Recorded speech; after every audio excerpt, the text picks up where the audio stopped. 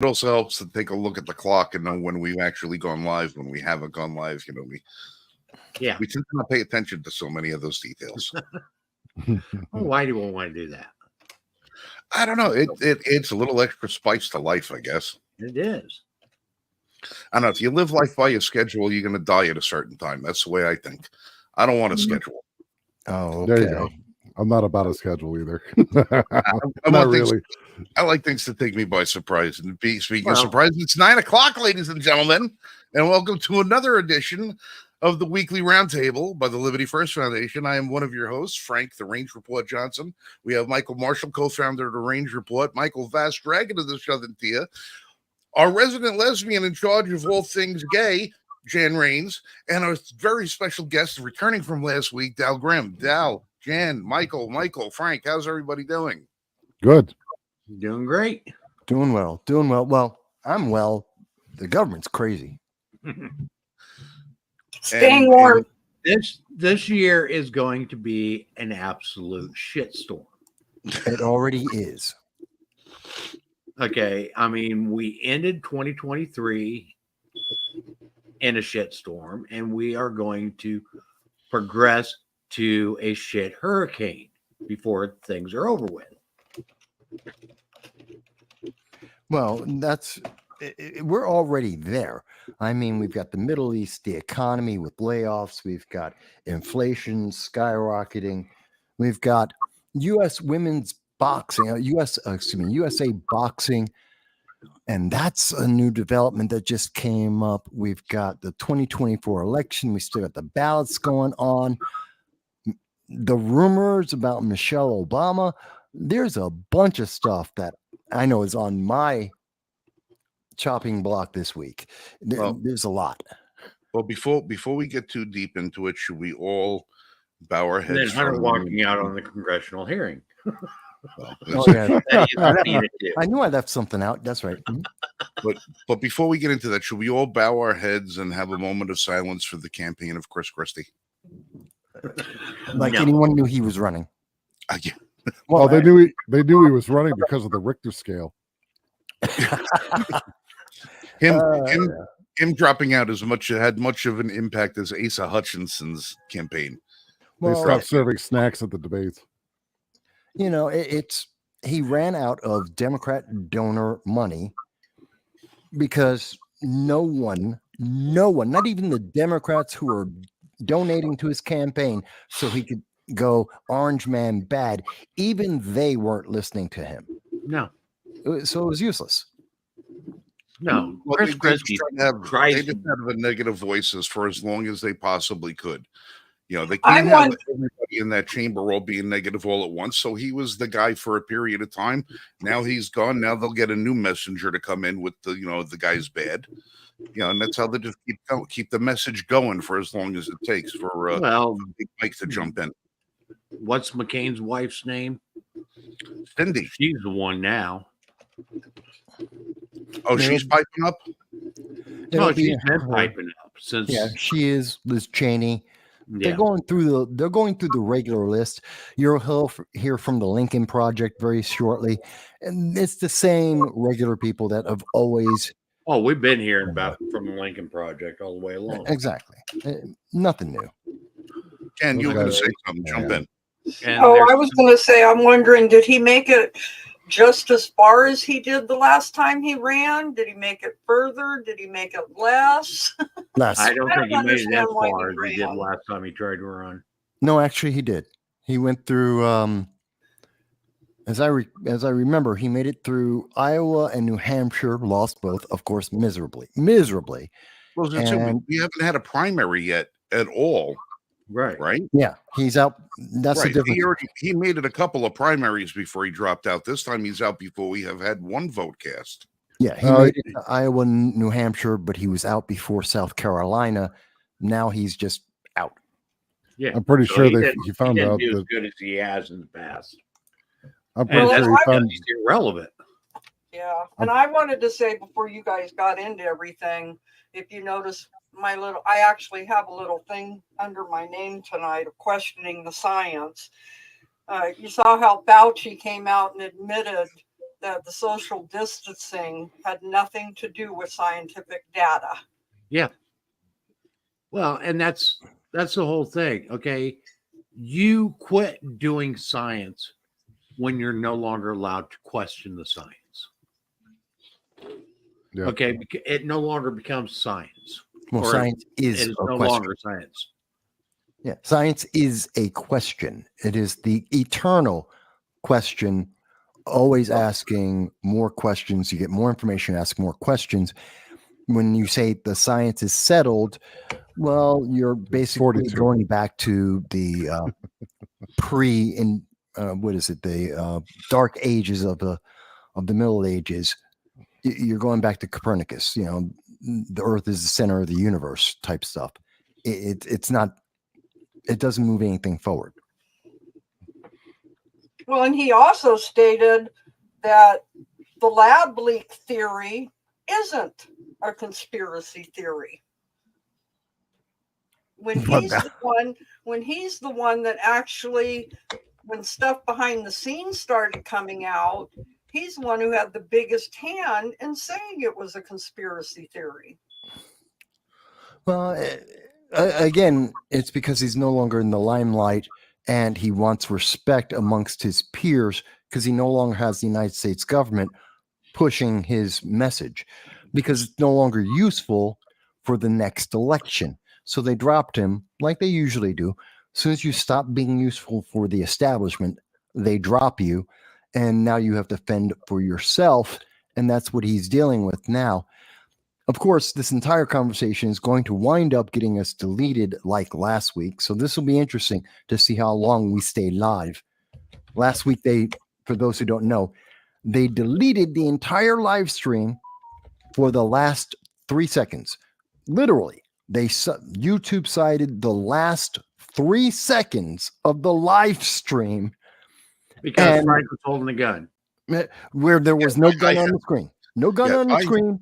It doesn't, even if there was, it didn't break any of their rules. Right. I had the audacity to put on display a Henry Golden Boy 22 lever action rifle likened to the one that we are going to be giving away to one lucky member of the Liberty First Foundation.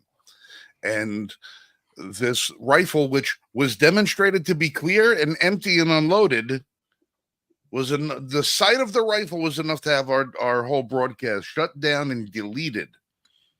Well, I had it reinstated because 1, their citation was wrong, but 2, by the rules and guidelines of YouTube, we didn't violate a single thing. There's nothing that they said you can't hold a gun. That's not true. Okay, well, when this year, the next time upcoming, there's an Army Navy game, and it's being broadcast live on YouTube, I'm going to start making complaints as soon as the silent drill teams come out there to do their demonstrations. Mm-hmm. Well, there's that. There's every movie guys holding guns at one time. Color guard. What about the latest Jason Statham movie, Beekeeper? Oh, but he holds a firearm. But it's not broadcast live. That's the thing. No. Their rule doesn't say. They didn't say because it was live. They said you held a gun, which again, well, in mine it did say, the one that I got did say, holding a firearm during a live stream. Okay, that's not the one they sent me. All right. Well, you got to remember the origin of the stream starts with us on this end. Mm-hmm. Yeah. The origin of your stream started elsewhere, so we were both going to get different notifications about different violations. However, now I have a theory as to why they came up with this ridiculous rule, and that might be because there's been a couple of occasions where somebody has decided to live stream their own suicide. Mm-hmm.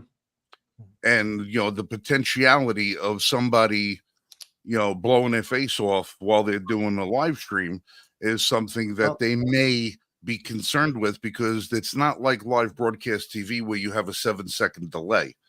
I think there was also a mass murder that was live streamed as well. Well, it was 5 years ago. Yeah. Matter of fact, Lori and I were driving in North Carolina at the time. There was some people broadcasting live, and one of the streams that they were broadcasting to was YouTube. They were from a news channel, and somebody had come up. Forgot the guy's name. Dornan was the shooter. He came up and shot the reporter and the cameraman, killed them both live on the broadcast. It was being broadcast to the media channel's YouTube channel as well. So that might be one of their. Now I can understand. But let me explain something about that situation. During that, you didn't see the gunman. You didn't see the gun. All you saw was people falling down, and you heard gunshots. But I got a wall of guns behind me. There could be somebody off camera with a gun. I could have something rigged off camera.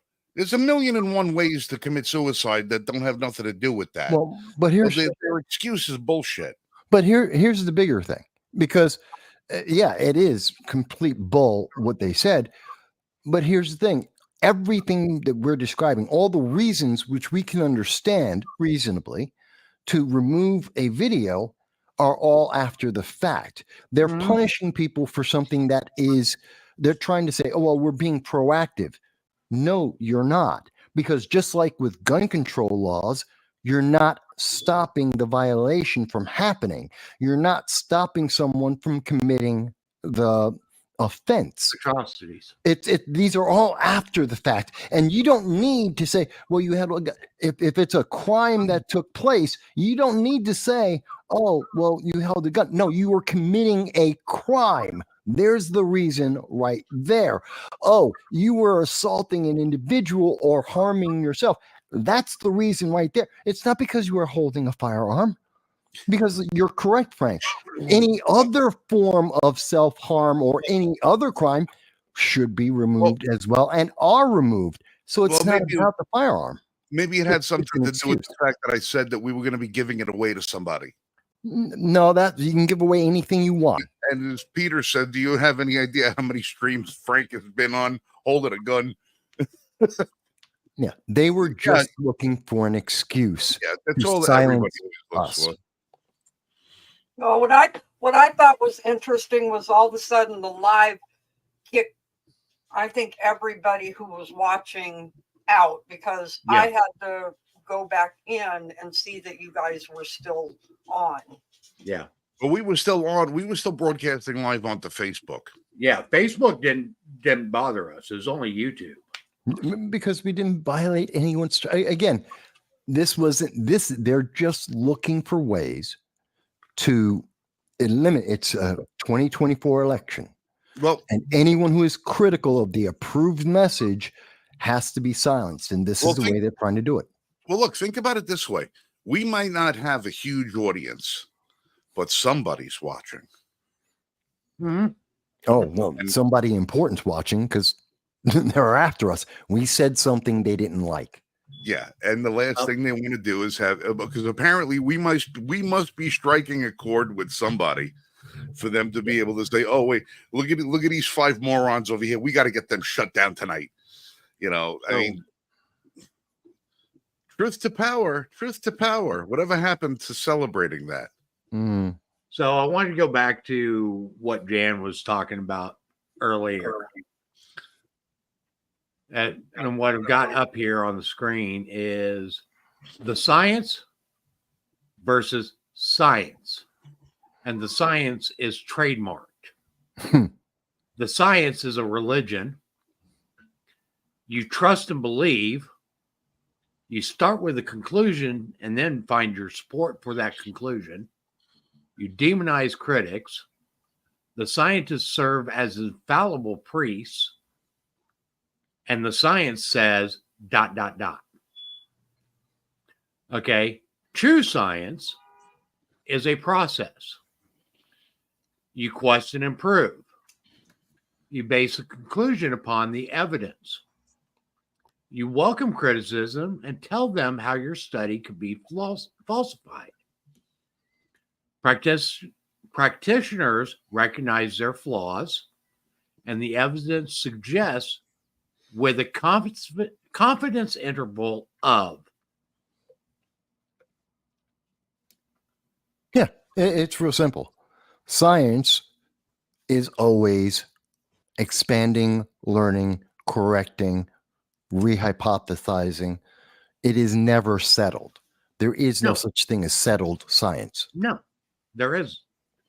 Okay. It's just like climate change. I see every day where there are more and more scientists questioning the quote unquote the science behind climate change. As they should. And we are seeing more and more people saying, trust the science. Well, But even let's think about that. Climate change, which is the current version of several alarm bells from climatologists, and we've talked about this before. I go back to 1958. Mike, I know you've said it goes back even further than that. They have never been right. And in the scientific community, that turns you into essentially a crackpot when your theories are never correct, that your premise never is found in nature, nor is it reproducible, that you've always been wrong. But there is so much hype, and that's the thing today. And we're seeing this about gun control. We're seeing this about the science. We're seeing this about, well, pretty much every subject they bring up is it's all about the hype, the fear. Well, we're Aren't seeing you afraid? Seeing about the virus. Yeah. Are you afraid? Aren't you terrified? Guess what? It's still out there, and there's 8 billion people. We're reproducing. It didn't end the world. It was never going to end the world. That's a fact. We should be able to scientifically say that today because the evidence is beyond apparent, and it was for a long time. But they still want to punish us for these things because that doesn't promote fear.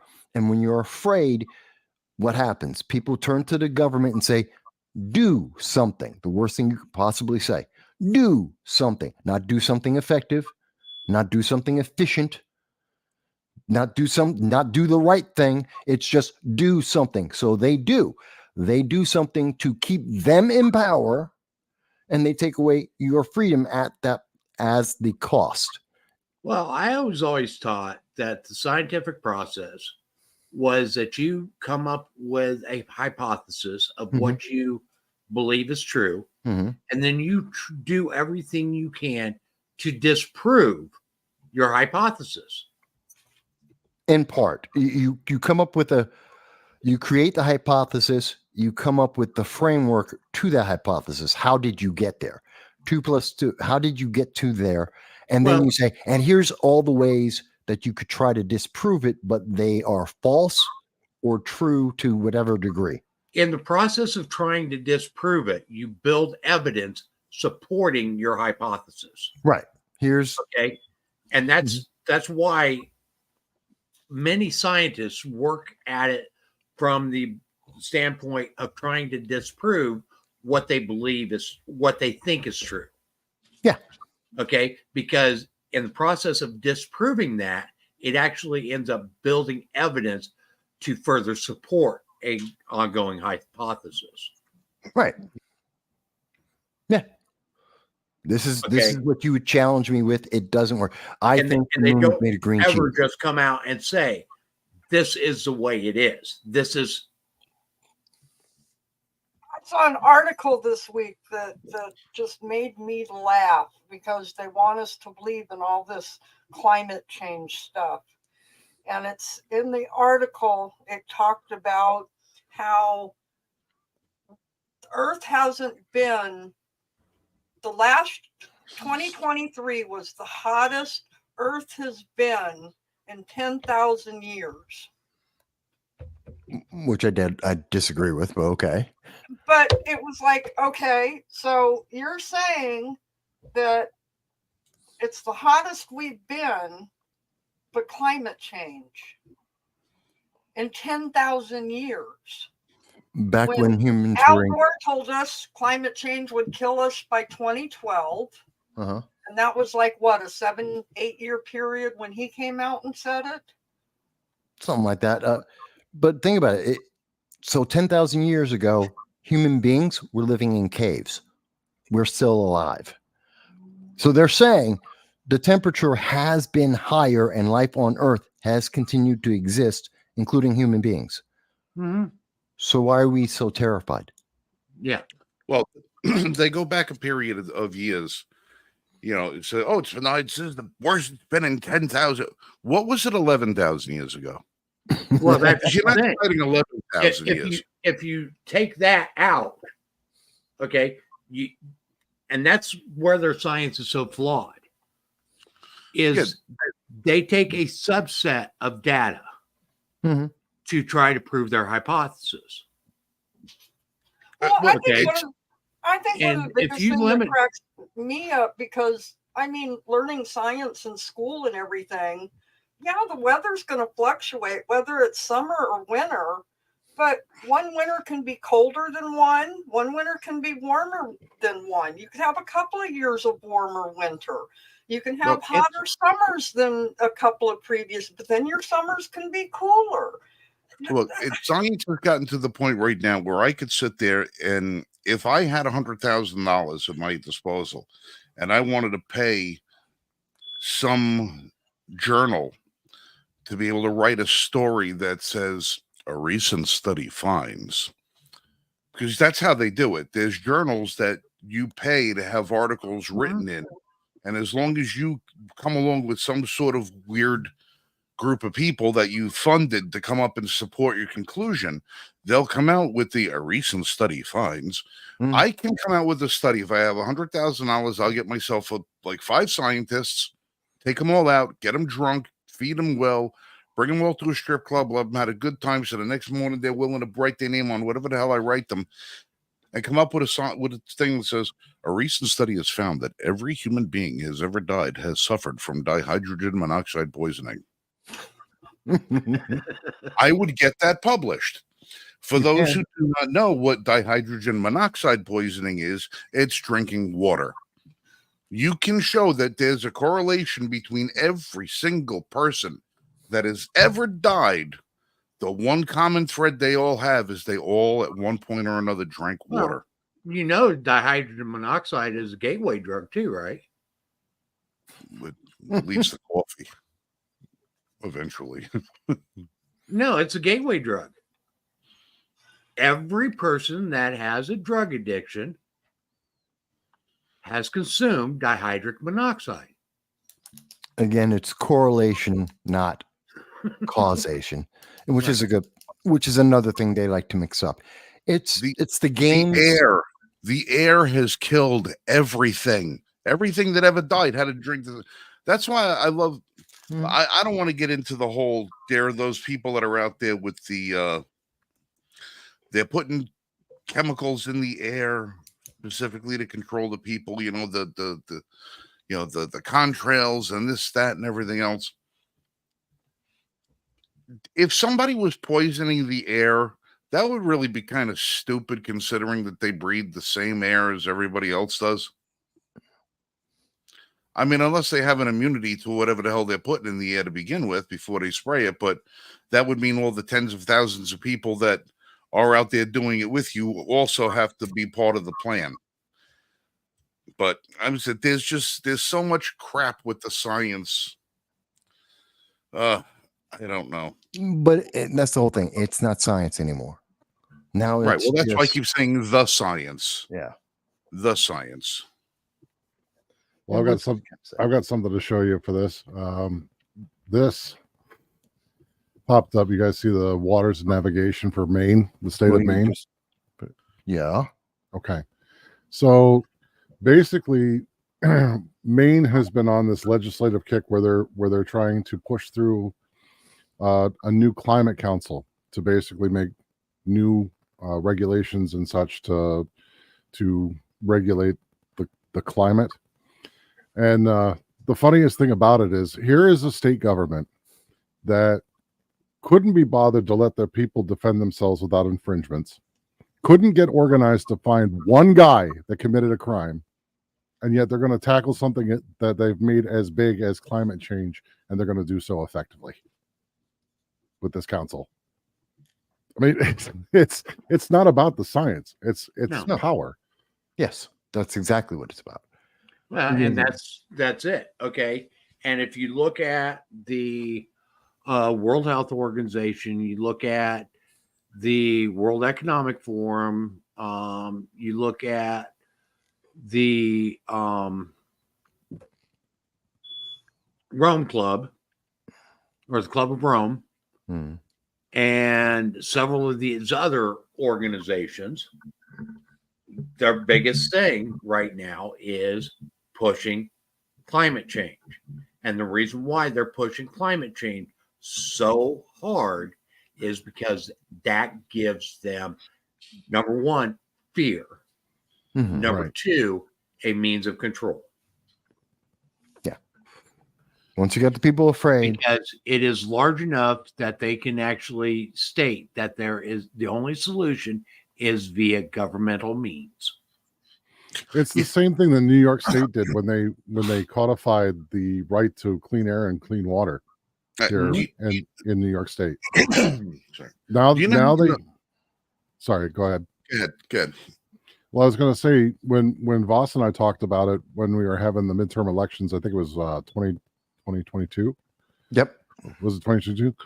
And they basically were like, we have to codify in our Constitution that the government has the power to regulate whether you get clean air and clean water because it's a right. Well, we always had that right. Why would that even be a question? Now, what this does is this gives the government the power to regulate it, which means that they could come to your house and they could look in your backyard and they could see that you have, I don't know, a cistern or something, and they'll tell you you're not allowed to use that because it doesn't meet with the what we've quantified as clean air or clean water. You have to have it removed. Well, it's my property. I can have a cistern on my property. Well, no, you can't, because now because of you've given the government the right to determine what clean air and clean water is, you're no longer allowed to regulate that yourself. No, government. Well, and that's why there's a lot of states that prohibit people from collecting water, rainwater, and so forth. Which I think is stupid.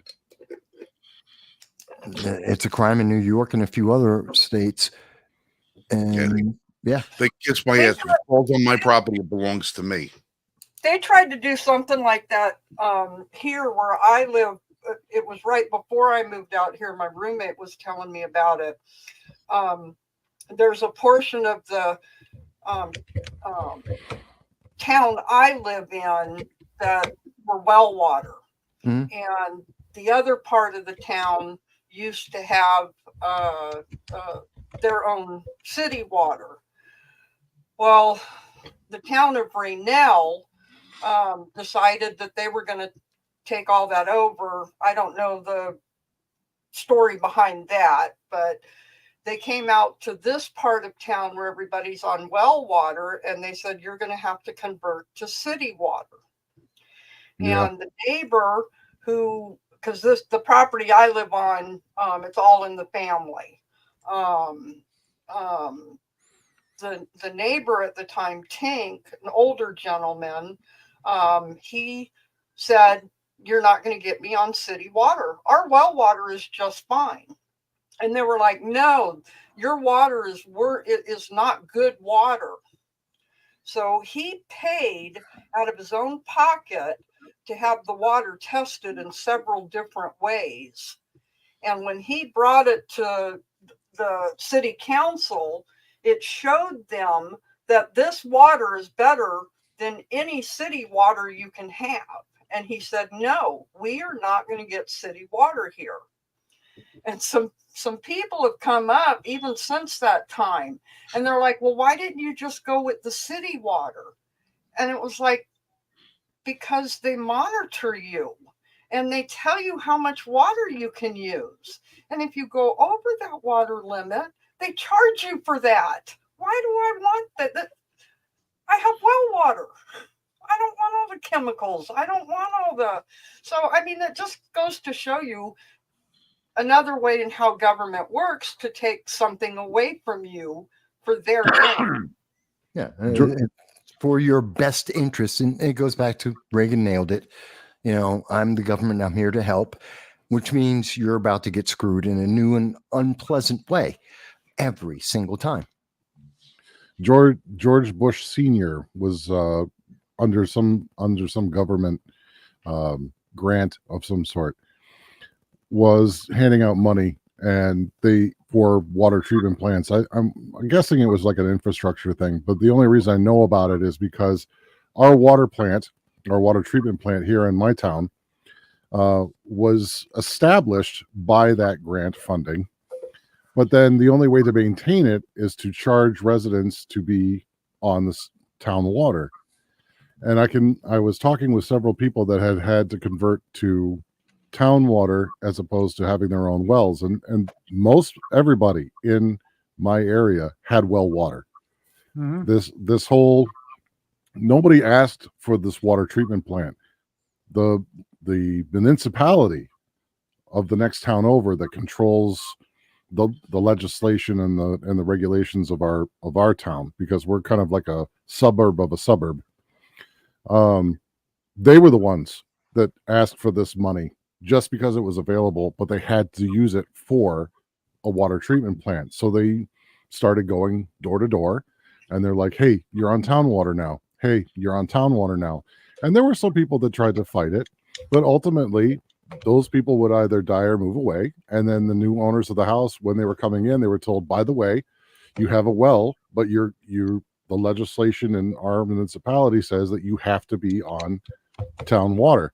So we're putting in, before you buy this house, before you move in, you're getting town water and sewage."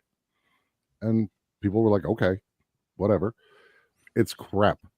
There are people that went with it initially, and they got the water, and they're like, "This is the worst we've ever had. We didn't want this to begin with, but we didn't think there was any way of stopping it." And I think that's something that government hopes for, is that there's going to be people that are like, "Well, I don't know what to do," which is why this program's so important. Yeah, it's the fact that they want blind compliance. And again, this goes to, it doesn't matter if we're talking about rainwater or we're talking about gun control. It's all the same idea of blind compliance. The government knows better than you about how to run your life. And when they do these things, they're spending all this money on their cronies, on their friends. They're spending our money on all these things that are unnecessary. And what happens? They're spending money that we don't have, which is creating inflation. And as much as, and look in the news today, and everyone's going to see, they'll say wholesale goods were down. Inflation was down on this sector. Inflation was down on that sector. Inflation was up for December. Inflation is up. We have over 25,000 jobs that have been laid off. It's January 12th. Mm-hmm. Okay. So, and it's supposed to get worse this year. And it's going to get worse. And inflation is going to continue higher. I'd already told people the prediction last year when they made the budget ceiling deal and guaranteed $35 trillion in spending. We already knew that we were capped this year 6 to 7% inflation guaranteed. And that's going to happen. And we are seeing it happen. And they are spending and wasting this money on things like, you can't have rainwater. It's illegal. You have to have the government involved in every aspect of your life, even when the government is wrong, even when it doesn't work. Just like when it doesn't work, and I keep pointing gun control because, again, one of the biggest issues they keep saying, well, if we take the guns away from law-abiding citizens, then you're going to be safe. Except the criminals don't care. The criminals have never followed the law, whether it's red flag laws, it's the new New York state laws against concealed carry. Criminals don't care about that. They don't have a concealed carry license. They purposefully target gun-free zones. They purposefully break every one of these laws. They're not making you safe, which is why mass shootings have been consistent for 5 decades now. Consistent levels of mass shootings, school shootings, black on black violence, homicides. They're consistent. They're not making you safe. They're just taking away your freedom, and they're charging you for it. And that's making the poor people more poor. It's crazy. Yeah, gun control basically creates a scenario where you have there's a high, how did I put it? I said if you didn't have gun control, there'd be 100% chance that you'd be able to save more lives. But with gun control, you have 100% chance of making everybody a victim. Well, and here's one of the things that they do purposely, okay, to show that their quote unquote policies are effective, is they always frame, whenever they do these, that gun violence is down. But they don't ever show how other areas of crime, and especially violent crime, has increased. Typically by about the same amount as the decrease or more in gun violence. Yeah, but it's the other thing they never show, Mike. See, I've been doing this 18 years now, and I've seen Professor James Allen Fox out of Northeastern University. He's also done this, where if you look at the numbers year after year, if you look at the trend line, if you do the math, the numbers aren't really changing. They're averaging out to being normal. Yes, any one year might be slightly higher or slightly lower. On average, we're about the same. Yeah. And if you go regionally, yeah, you may see certain increases which go along with population density. But again, that also proves the gun control laws don't work. It's not about gun control. It's about fear, and it's about taking away your freedom. Well, and whenever they do enact gun control, the tools change. They start using different tools. That's why Great Britain, England was getting ready to start banning knives. Oh, yeah. Because London. they transitioned from guns to knives. Yeah. Knife control. It's a big thing in London. And London occasionally has more stabbings than New York City, the comparable city, has shootings. Mhm. Happens all the time. Where Yeah. they'll have more stabbings than we have shootings. It's crazy. I The saw, thing is, speaking Yes. of knife control, I saw a thing from China. Was it China? No, it was it was China. You have to go get your knife stamped, right? Anytime you buy a cleaver, anytime you buy anything that's used for butchering or a large knife that has a large enough blade under certain regulations, you have to go to a government office. You have to get it stamped. Then when you take it home, they have an inspector come in, and you have to leash your knife to the kitchen table that you're going to use for processing food. It is not allowed to be off that leash. I'm like, what? And then if that knife for whatever reason winds up being used in a crime, right? So you end up using it on your neighbor or something like that.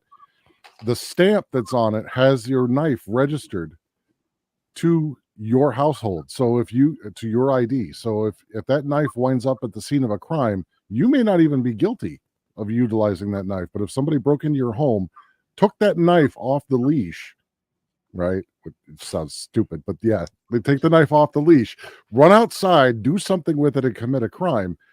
The criminal is not at fault. It's your fault because you are responsible for that implement.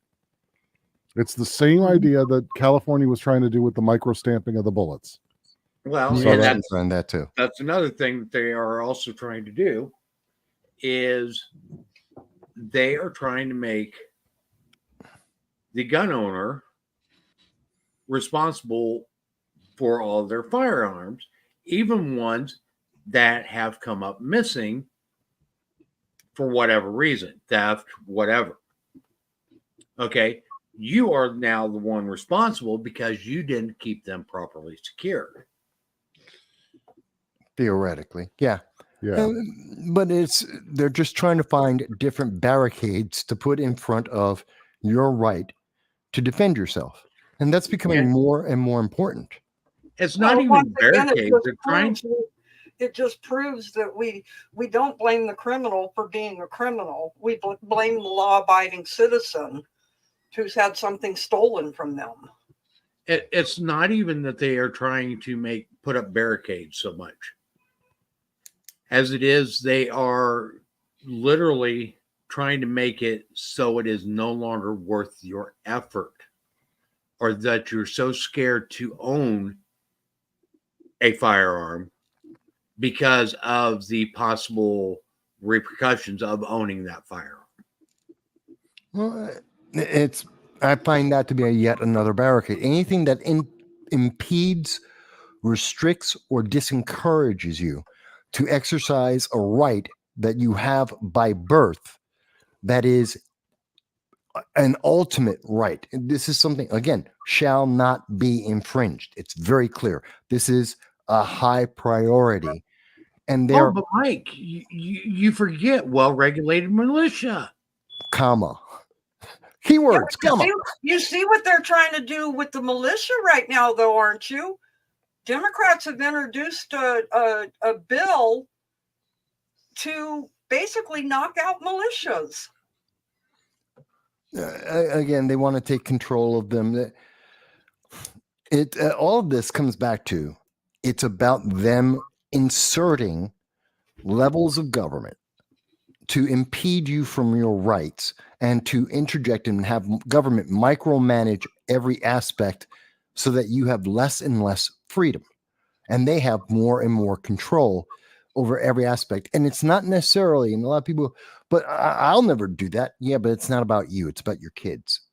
It's the kids who have never known a day in their lives without that government intervention, that government micromanagement. It's about them. It's 3 and 4 generations ahead of us. Okay. That they are looking towards. Okay. They're not worried about the current generations. They're looking 3, 4, 5, 6, 10 generations down the line. Yeah. That's why they're so happy to have open borders. Look at what we're seeing right now. Texas is putting back up the barricades because of their 10th Amendment right to protect the citizens of Texas, as the federal government under the Biden-Harris administration is trying to open up the border, which flies in the face of national security, because we know at the end of 2023, 172 known and suspected terrorists entered the United States, actually got in here. 172 potential 9/11s.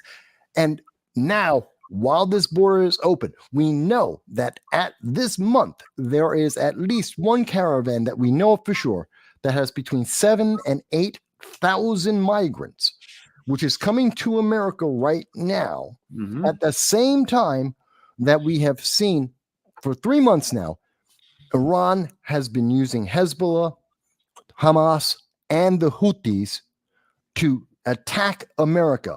We just had the biggest battle or back and forth between the Houthi terrorist rebels and the United States government. And Iran is saying, and the Houthis just came out and said, oh my God, you're such bad guys for fighting back, for actually not letting the Houthi terrorists just try and blow up Americans, Japanese, Indian, the British, because we're daring to stop them from just killing our people and destroying our economy. They're going to attack us. And Iran is like, we're with them. They're our puppets, but we're going to back them up as they attack America. And we have an open border. Think about that. 8,000 people are coming across this border. We don't know who any of those people are. None of them are being vetted.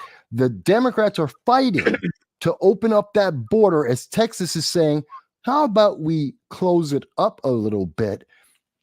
And we know there is a known threat in the world right now who are actively attacking us and they're promising that they're going to step the game up. But we're the bad guys. But we're the bad guys for saying close the border. It's amazing to me, guys. It's amazing. Did you hear about that with the Houthis or Texas and its border? Either one? Yeah, I saw that the National Guard was actually doing something about closing up the border, that the state had seized federal property along the border to close it.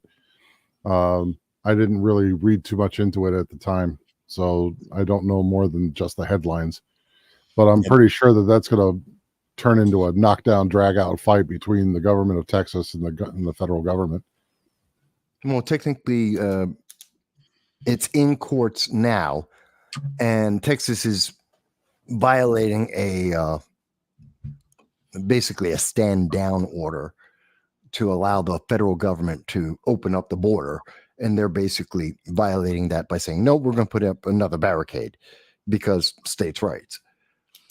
But I mean, you have to, and the problem is the media likes to micro focus, and so they see it's the governor of Texas is not following federal law. Well, it's a little bit more nuanced, but they're also leaving out, and at the same time, they're doing that because we're getting migrant caravans, the largest amounts pretty much ever, 8,000 migrants at a time coming in because they want to be in before the 2024 election. They want to be grandfathered in case the government changes, and it probably will.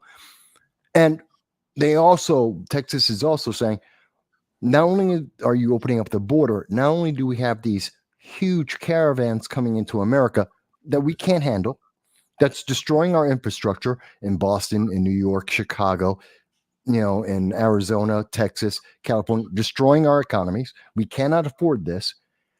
And while these people are coming in, but also they're aware, and we are being threatened, credibly threatened, by terrorist organizations and a country that backs terrorism that's saying, oh, no, but we're going to attack Americans in their homes. Yeah, we want to close the border because we want to be safe. It is a matter of national security. And you've got all these people on TV media going, no, don't talk about, it's not about this, not talk about national security. Don't talk about the Middle East, even though they threaten to come and kill us. Don't think about that. Don't think about the infrastructure that's being destroyed that we cannot afford. The money we're spending on these illegal aliens rather than our citizens or our infrastructure in our cities. No. Instead, we're just going to talk about the border. And Texas is a bad guy for not listening to Biden. It's a much bigger issue. And Texas is doing the right thing. It's protecting Texans and our nation under a credible threat. Well, and with that, I also think we need to talk about how they're closing schools now to house migrants. Yeah. Schooling them like in New York, where they kicked high school students out of their school. Yeah. To put migrants in the school. Here's a snow day, kids. You can go back to remote learning, right? That's what you've done it before. Yeah. Well, no, I wouldn't even guarantee that, doll, because here in West Virginia, a young lady has been told that she can't even go to a remote learning class because she's unvaccinated. You're kidding. Nope. What? Yep. That news came out today here in West Virginia. Yes, the COVID virus is going to digitize itself and infect everybody like a computer virus. Bah! Well, I had a niece of mine who works from home. And the company that she worked with put out a mandate that everybody in the company had to get the vaccines. She says, I work from home. He said, it doesn't matter. You have to get the vaccine. She says, I work from home. I don't go to the office. I've never seen any of you people. You couldn't pick me out of a fucking lineup. Why do I need the vaccine? There's a big Last- projected thing there. But I want to talk about that school thing for a minute. 2,000 kids, 2,000 American students get displaced out of the school, Mhm. so they can house migrant families there. And I guess that probably has something to do with the fact that it's now winter. Because of the suspected snowstorm that isn't actually happened. That didn't actually hit New York City Didn't and have- isn't going to. But it's under the guise of Yes, this. that's the headline. All right, now let me ask you a question. Mhm. Has anybody ever remember a time in New York or any other major metropolitan city's history where the mayor of that city decided to say, you know what, we've got a pretty severe homelessness situation in our streets. We've got a lot of people out there suffering and sleeping on subway grates to keep warm in the wintertime in a cardboard box with a tent over them. Maybe what we should do is refacilitate some of these schools and put our American civilian homeless population, many of whom are on the streets through no fault of their own, many of whom are family units. Ever put any Americans into a home and ask the American students, would you mind taking a couple of weeks off and doing some remote learning so that we can get American civilians off the street so they don't freeze to death? I sure as shit don't remember it. I also don't remember anywhere in the United States as of recent times where the governor of the state, like the one in Massachusetts, came out and started asking, if you have an extra room in your home, would you consider fostering a migrant family? If you're a private business or a charity organization and you have an extra building somewhere, would you consider fostering migrant families? I hear them saying that, but I don't ever hear them saying, hey, we got homeless vets out in the street. Do you think you might have room in your house for a homeless vet, somebody who served our country? Do you have room for a family, for a mother and child who were out on the street because they got evicted because of their house got condemned because the scumbag landlord doesn't fix something? We never hear any of that. We don't hear government asking Americans to help other Americans. We hear government telling Americans how the government is going to help other Americans and charge other Americans a tax rate for having to do it. But now we have the government telling us how they're going to help the migrants, but fuck the American people. You don't ever deserve any help. Yes, and to be fair, I want to make sure we're fair here. The closest to what you're requesting that we should be hearing from government officials, the 1970s under Mayor Koch, who is neither Democrat nor Republican, and the best, and is recognized as the best mayor of New York City ever, should have run for governor. He did increase homeless housing. That's in the 1970s. We're talking 50 years ago, half a century ago. And since that time, no. That was the closest we ever got. But no one has ever displaced, not even, you're only asking for extra spaces. And by the way, New York State said they'll pay people to take in the homeless. So again, our money is going to go to businesses and people with extra rooms to pay them to take in illegal aliens, which is crazy. Let me ask you a question. How hard has it been since COVID for landlords to evict tenants who refuse to pay the rent? It's damn near impossible. Yeah, how hard is it in this country to get rid of a squatter once they take over part of your property? No, it's almost damn near impossible. impossible. Okay, what makes after they are there so long? All right, now and these I forget the exact number of days. 45. It is literally worse than trying to run an eviction. Now, how are you going to get rid of somebody that the government put in your house under a government-sanctioned program that you agreed to? You're not going to be able to. You'll never do it. You might as well put them on your fucking deed because that son of a bitch is going to own your house. Yes, but no one's talking about the consequences. So when your dog is cooking in the oven, your daughter's pregnant, your car is going down the street because somebody else just sold it, and your And I name's got no meth longer lab on the set up in title the of the house. bathroom. You can thank your government for that. Yeah, they don't talk about the consequences. They never talk about the consequences. And I mean, if we really wanted to hear, it's so simple. If they really wanted to deal with this issue, if they wanted anyone to believe that they took this serious in any way, shape, or form, the first thing they'd say is, and we're not letting any more legal aliens in. We're closing the border. First thing first.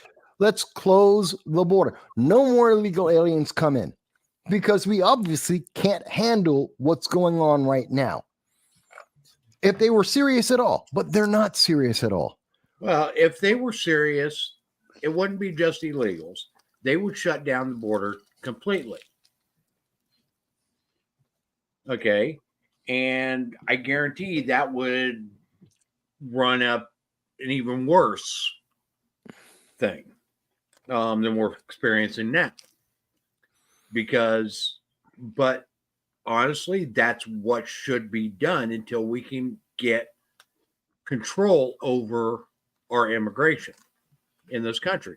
All immigration should be shut down until we are able to maintain control over it.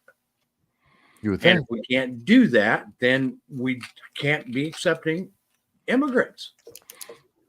Yeah, but this Well, is and all. get ready for your health care to go up massively. It already is. Yeah, It but went it's up going to go up even tremendously more. just under Obamacare. California, the governor voted in for the new year. It started January 1st that all American citizens in California are now paying for illegals' health care. Yeah, And that's going to trickle all across the country for that cost. Because you just don't have insurance companies that just are based in a state. You have Humanas all over the country. Most of your major insurances are across the country. So they're going to spread that out to everybody to pay for that. And I think large. Go ahead. Go ahead. No, good. I was going to say that I think largely the confusion that arises about people's opinions over the border and whether it should be open or closed comes with the way that the language is being used, and we need to be very clear about who we're talking about. Migrants are people that come to this country legally. They're people that try to go through the system. They spend an inordinate amount of time and money and through legal fees and filling out the paperwork, being vetted. And then there are illegals that are invading. They're not migrating, they're invading. Mm-hmm. And that needs to be very clear. What you are basically seeing is these kids getting kicked out of these schools because of bad weather. They say to the people, well, we need these spaces because these migrants, these people that are coming to this country for a better life, they're going to be out on the street, they're going to be cold. Well, yeah, so are our homeless, but beside that, these people are just people and they need to be put in. Let's totally ignore the fact that they're illegal and they're invading and they're now taking up all of our resources. Now, I have part of the problem with that, doll, is that the progressives have stated that we are not allowed to use the term illegal. They're all migrants. That is the correct legal term. Alien anymore that comes into this country. I get that. No, she's right. She's right in the sense that is the narrative that is built, and we're not allowed to use that language. But that is a violation of a First Amendment, and it's not the truth. The reality of the situation is that these people are coming in. They are people. You can't deny that. They are human beings. But they are coming in illegally, and they are automatically criminals crossing the border illegally, and that we're rewarding them under a government sanction with the hard work and resources of the American people. That has to stop. And the only way you can stop that is first close the border, and then you have to follow through with finding out where these people are, gathering them all together, vetting them, seeing who is who, and then sending them back where they came from. Deportation. That's how you fix this. That if they want to come back, then you'd be like, look, okay, you want to come back in? Then you have to go through the process just like everybody else. Now, does the immigration process need to be reformed? Absolutely. I think the people that come here legally, that have the skills necessary to do the paperwork and get through and contribute to American society and want to be Americans, not people from Honduras that are Hondurans that are living in the United States that aren't Americans, they're Hondurans, or people from Africa that are Angolans that are not coming to be Americans. They're Angolans living in America so that they can send their money back home, the resources back home to Angola where their community is. That's got to stop. You want to bring in Americans? Bring in people from outside that want to be American. Like Dinesh D'Souza or any other. I think you make a great point there, because I know people who came to this country the right way. I know people who are going through getting their American citizenship currently. I know people who have gotten their American citizenship going through the motions. I think those people are just as pissed off, if not more pissed off, at what's going on. Classically, in every poll that's been taken, yes, they are. Legal migrants are insanely upset with illegal immigration, and the Hispanic community is massively against illegal aliens, and it is the correct legal term, illegal alien. Media doesn't like it. They like to make you feel good about bad things. They're migrants, Michael. They're not migrants. They're illegal aliens. That's a legal term. That is the correct legal term. And no matter how much the left wants you to feel good about the problem that they want you to live with, it's still the correct thing. But they're just trying to seek asylum here, Michael. I don't care what they're trying to do. There's a reason why we have laws. You broke the law. I don't care why you. They could have sought asylum in Mexico. I was actually at my roommate's mom's house last night. God, I haven't watched a local news channel and I don't know how long, I could tell you.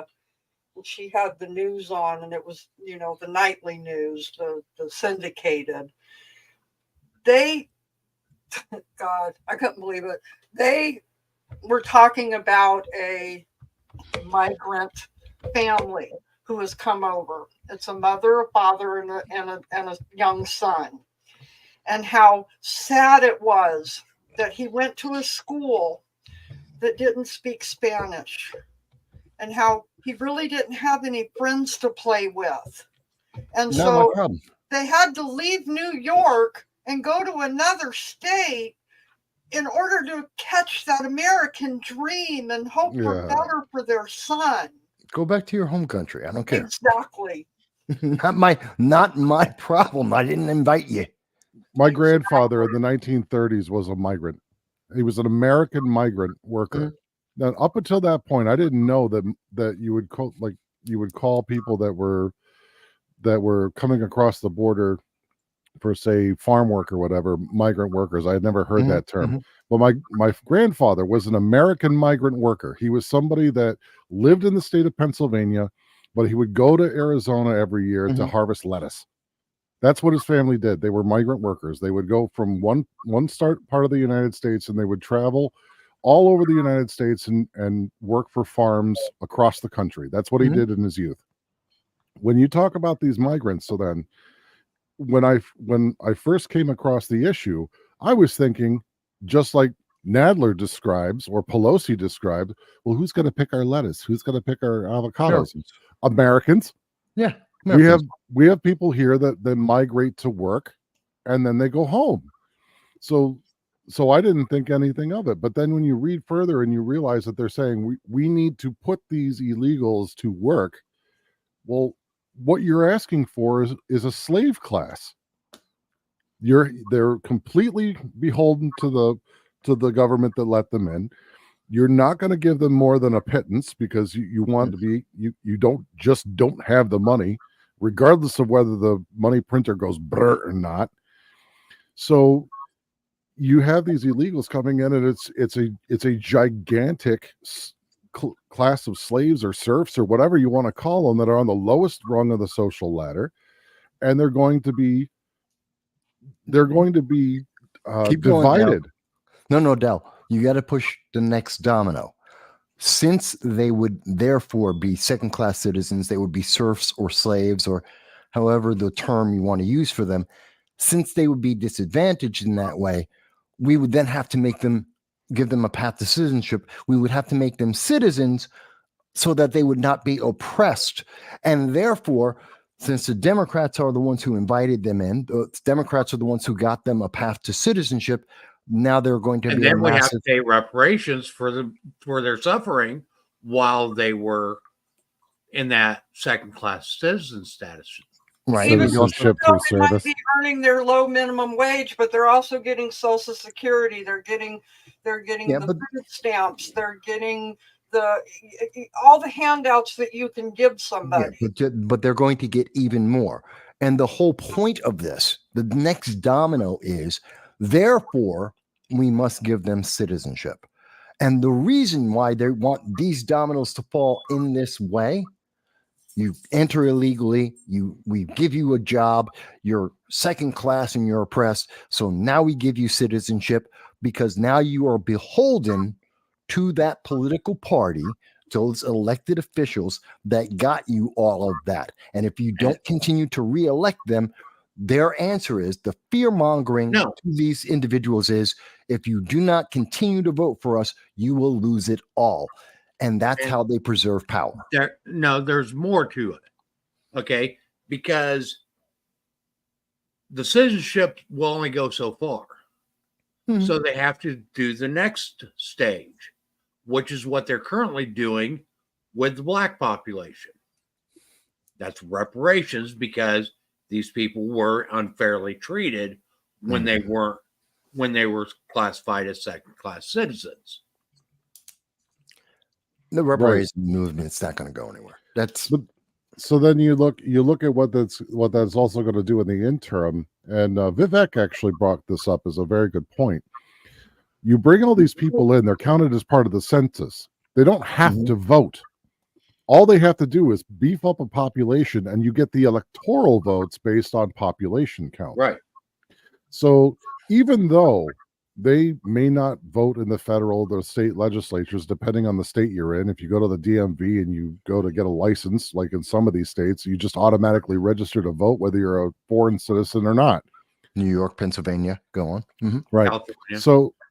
So you have these people that move into these areas. They're now counted as part of the census, even though they're not citizens. They're still going to beef up the electoral vote for that particular state. The blue states have it all the way, because they'll be able to augment their populations with this second class citizen, and then after they're able to bleed every single tax dollar out of proper American citizens that are working hard for their money, then those same American citizens are going to wind up joining the classes below them, so we will be second class citizens in our own country, because eventually they're all going to be citizens. And but the disparity then is, you have the citizens that were created because they were oppressed and they were a serf class, and now they've been elevated to the position of citizenship. And then you have the other American citizens that were degraded, subverted, and enslaved.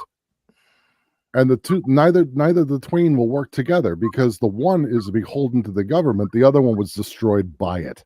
And that number of American citizens that was destroyed by it is going to be significantly less than the amount that was brought in through an open border. Yeah, but we're already starting to see that. And I'll give you the example. This week in New York, in the Bronx, literally just a couple of blocks away from where the studio is right now that I'm in. It was about 11:30 at night, Tuesday. And for some reason, there was a sudden surge in water pressure. Out of the blue, no warning, don't know what happened. But the water pressure built up so high that an entire block, possibly 3 or 4 blocks, the buildings were shaking. The pipes were audibly rattling people were awoken out of their sleep because the building was shaking so badly. People fled from their homes in the middle of the night because they thought the building was going to collapse. This is how bad it was. And we're talking about New York City, blocks of people. Hundreds of people were affected by that. 3 fire trucks come out. They open up the fire hydrants, bleed off some of the pressure, seal up the fire hydrants, drive off. No one talks to the public. Their people are standing in front of their homes watching this all happen. I actually got video of part of it. No one is talking to any of the residents. They don't get told anything. So everyone has to piece together what happened. There is no warning, whether from the fire department or for any other department of New York City or New York State, saying, hey, run your pipes because the water might be brown because of what just happened with the water mains. No warning. No warning about maybe you should boil your water for the next 24 hours because there could be contaminants in the water because of what happened with the water pressure.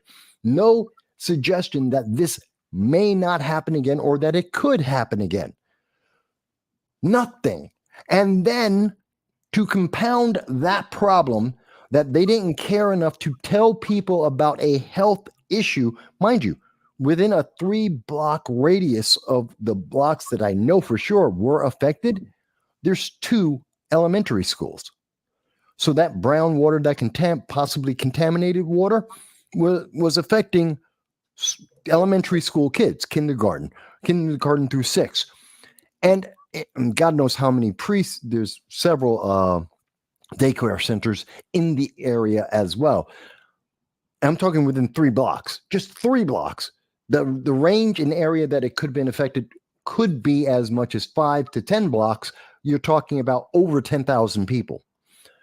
And when the local city council, the assembly, the state senator, the member of Congress, the mayor of New York were all contacted by me, notified of what happened, and asked the question, should there be a health safety warning? Is this something do we know why it happened? And is it possible to happen again? I asked about 5 different questions of each and every one of these members of elected office. Not one. This was on Tuesday. Not one. It's now Friday night. Not one of them have ever responded to me, either as a constituent, an American citizen, or a member of the press. Not a single word from it. And they all got my email. They all got my notification. They're all aware of that this happened, and they don't have even so much care as to say, don't worry, it's okay. That's all they need, not even wasting that much. It could be a copied form letter. It's thank you for your concern. It's okay. We've looked into this. That's what that's what I expected to get. They won't even do that, but they are busing kids out. They're kicking kids out of their school as they are busing in migrants into the schools, as they are taking away our tax dollars to pay for these illegal aliens, as they are telling me I cannot protect myself with a bulletproof vest, nor to have a firearm that I am guaranteed to have the right to have by the Second Amendment. This is crazy. They just don't care. It's evil. I find that to be evil. And I guarantee you, if they're doing that in New York, they're doing it in California, they're doing it in Illinois, they're doing it in Boston and Chicago, they're doing it across the major bluer than blue centers throughout this entire nation, and they want to do it everywhere because it's all about control. Well, it is. Okay. And thing is we are allowing it. Okay. Mm-hmm. Sure. We get on here every week and we talk about this stuff and go on and on and on about it. But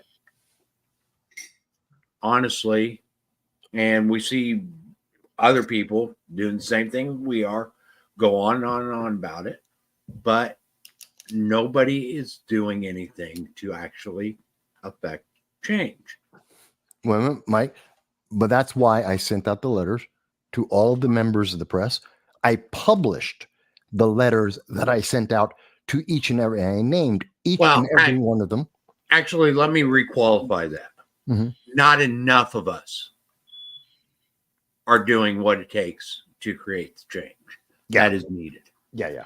That's true. Okay. And that's why So, those yeah, of you let me requalify that, because Yeah. we do what we can given the limited resources that we have. that's why it's important for those of you that are watching right now, and I know there's a few of you. It's important that you be able to like this broadcast, share it, subscribe to the channels that host these broadcasts, participate, not just with us, but with your neighbors. A lot of times where you can reach the most people is just wherever you're having a conversation, whether it be at work, at the water events. cooler. Yeah, backyard events. And yes, there are a lot of functions where people say, don't talk about two things, religion and politics. Well, you know what? What it really comes down to is that the United States as a country was built on conversations in bars. Mhm. That's Mhm. what happened. They went to the public house, they About went to politics. the tavern, they talked about politics, they talked about current events, they talked to each other about what was affecting their local community on a national scale. And they understood it. That was the other portion of it. And honestly, in today's day and age, okay, and we've talked about this before, that we don't have meaningful conversations and stuff like we used to, because we used to talk face to face and so forth. There, with the means of communications that we have today, there is absolutely no reason why we can't have these conversations. Okay, you've got FaceTime, you've got video conferencing, you got Zoom. I mean, email, instant messaging, text, phones. I mean, there is no reason why we can't have these conversations. There's chat rooms all over the internet where you can go in and have conversations. Well, but there are too many that say no politics, no politics. Yeah, because Politics affects all of us. And regardless of what you're talking about, it affects that item. And if you don't talk about it, you're going to wind up getting something like this. Let's take a look at this here. what's that?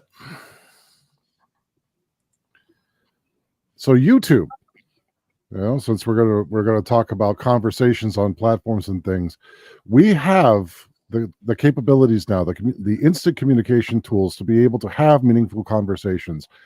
And one of the places that you can have them is on platforms like YouTube, where we are now, Rumble, theoretically, Twitter.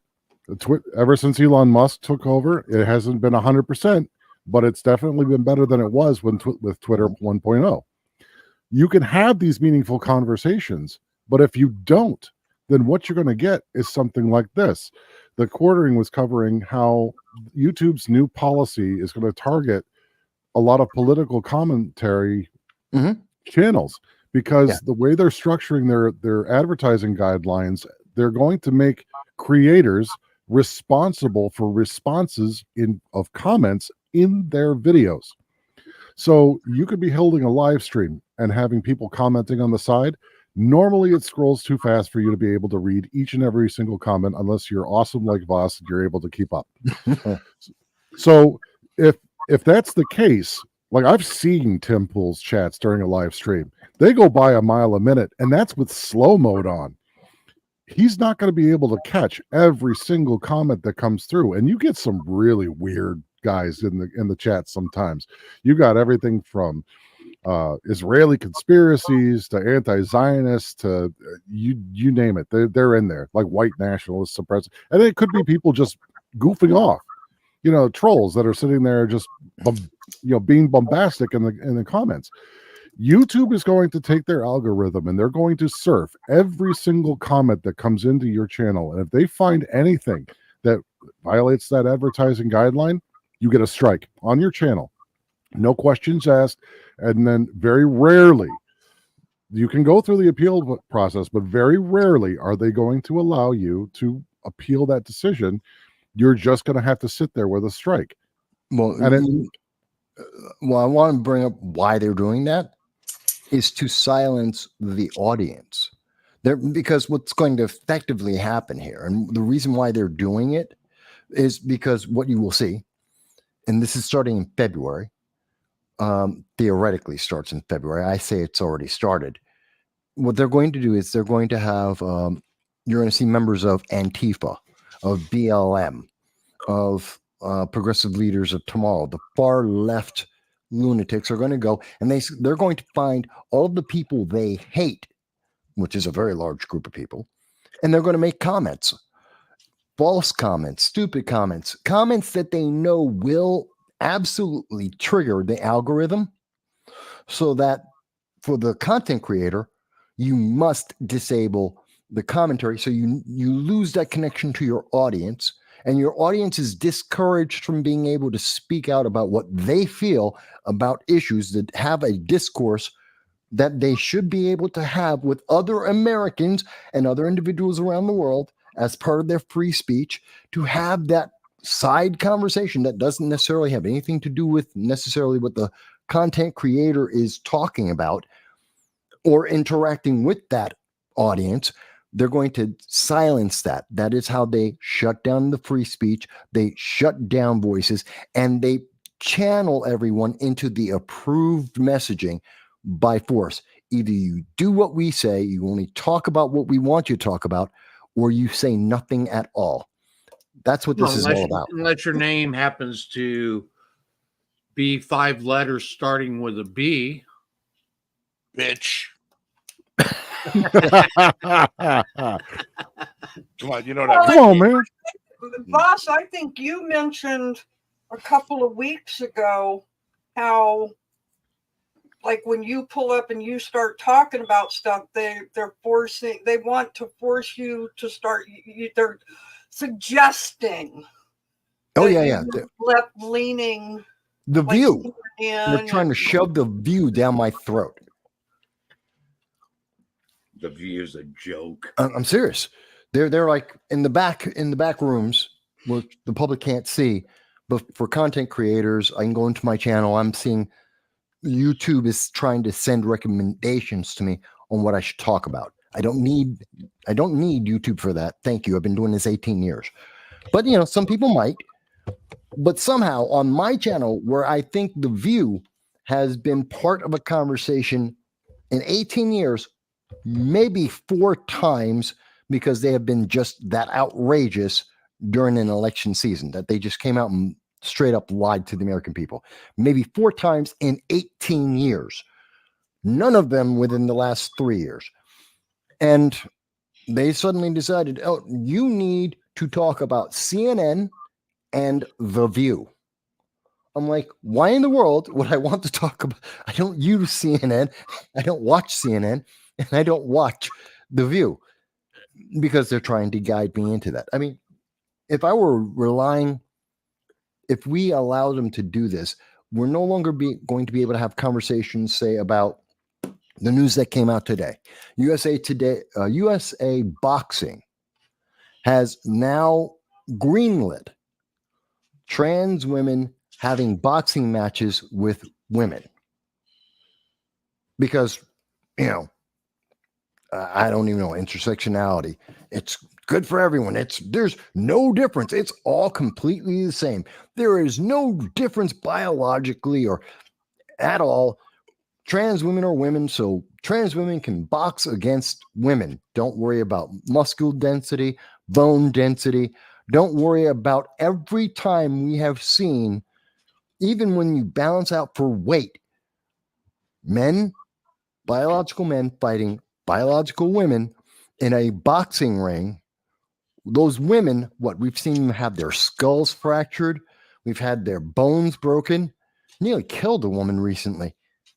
And now they're saying, no, trans women can box regular women, just like trans women can be in women's sports, and we haven't seen trans women dominate every single sport and kick the women off to the side. Yeah, because this is going to be a good thing. This is the kind of conversation they don't want people to have, either in the sidebar or as the main content. They're just trying to shut down free speech. It's a what do they call it? A gatekeeping of the town square is really what it is. And the digital town square is now equally as important as being able to talk to your neighbors. And I've seen it since COVID, probably before. Like I know when the flood hit, we in our area we had a flood, 2011. Okay, particularly bad. 100-year flood. Right, cut out the power. We were without power for 2 weeks. Okay, so we were basically going to the fire station where they were dropping supplies by helicopter and swamp boat in our area, and people were outside. It was like it was almost as if the veil had been lifted and people were walking out and they were starting to get to know their neighbors again. And we found out something. We found out that a lot of us don't like each other. But of all that, one of the things that I found is that, especially up here in the Northeast, you start going further southwest, you don't have that same kind of aversion to getting to know your neighbors. Like I go down to where I grew up. It's still very much the same. You can walk, your nearest neighbor may be a quarter mile away, but you know who they are. You know what their politics are, and you talk to them because they're still part of your community. Yet I've got people on both sides of me and across the street. I very rarely talk to them. I don't even know really who they are. There's exceptions. But for the most part, the neighbors around us, we don't interact with each other. There's no sense of community here. However, I can go online. I can go to Twitter. I can talk to the people in my feed, or I can join in on other people's feeds. They know who I am. And there's a public record too, so they can always go back and take a look if they really have a question about it. And that is important because the way our society functions now, it almost is at the like a mirror image of the just-in-time supply chain, right? We only live for the here and now. We don't really remember what happened 2 seconds ago. Yeah. And that's wrong.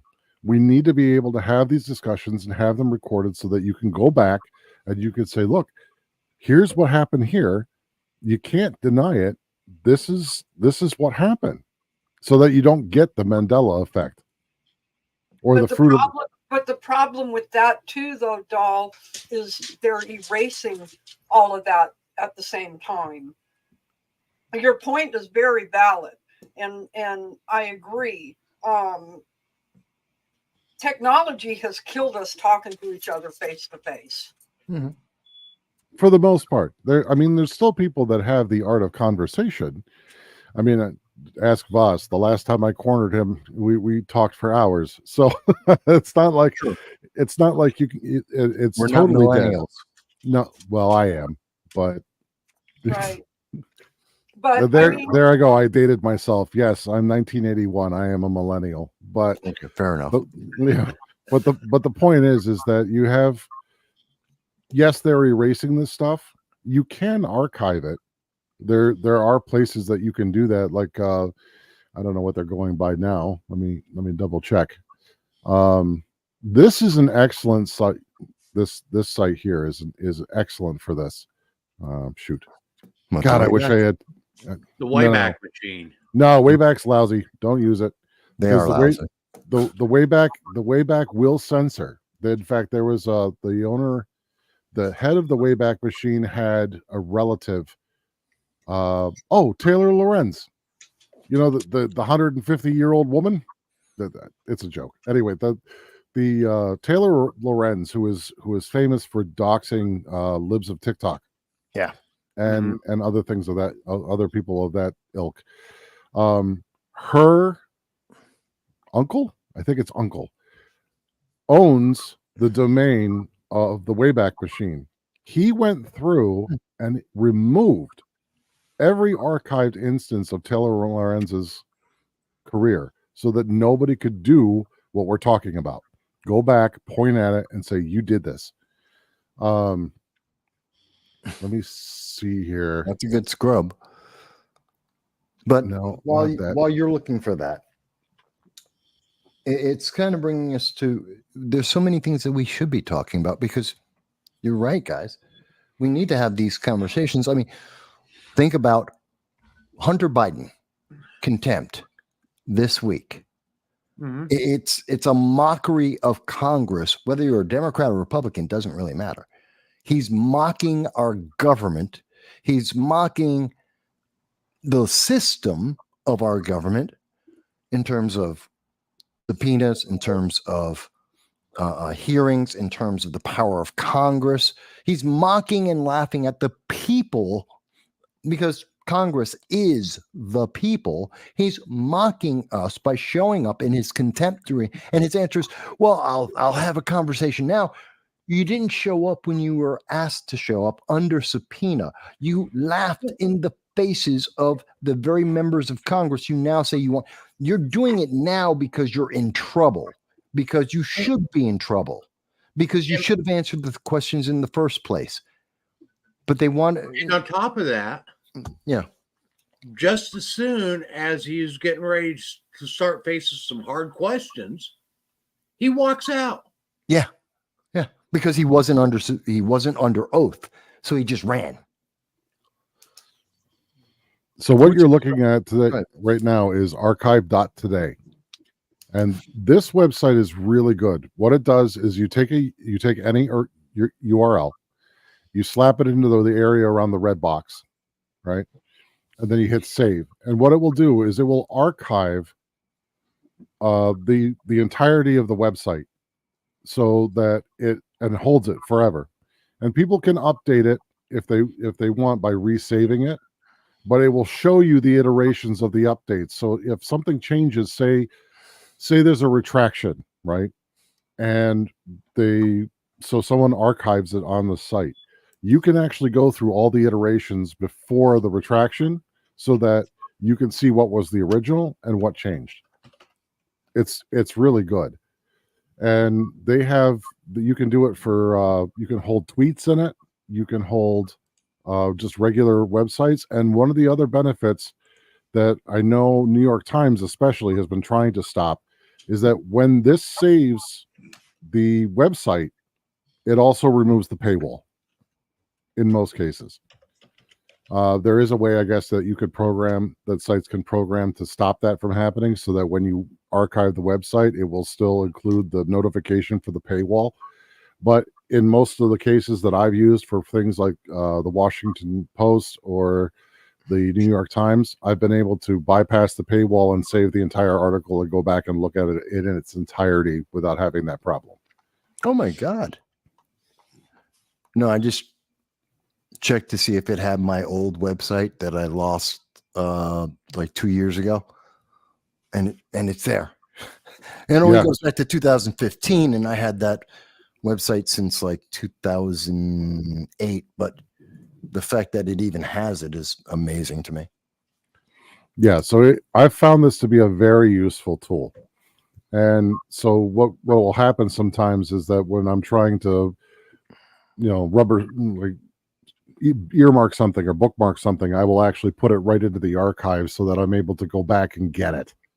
And the other positive for that is if you go searching for sources, but you don't want to give clicks to the source, a lot of left-wing publications or something like that, you don't want to give them the traffic, you can archive it and then send them to the archive, and you don't have to give them any traffic either. So it's sort of like a boycott on top of being able to give the sources that you're using for your discussion. Right. But I wonder what the archives will show, the changes that it's going to show in reference to both Hunter Biden's contempt charges, which he has correctly been charged with contempt. And I love the way the argument this week has been, oh, but what about Jim Jordan? What about the Republicans? Okay, if they were wrong, if they were held in contempt, hold them in contempt. Yeah.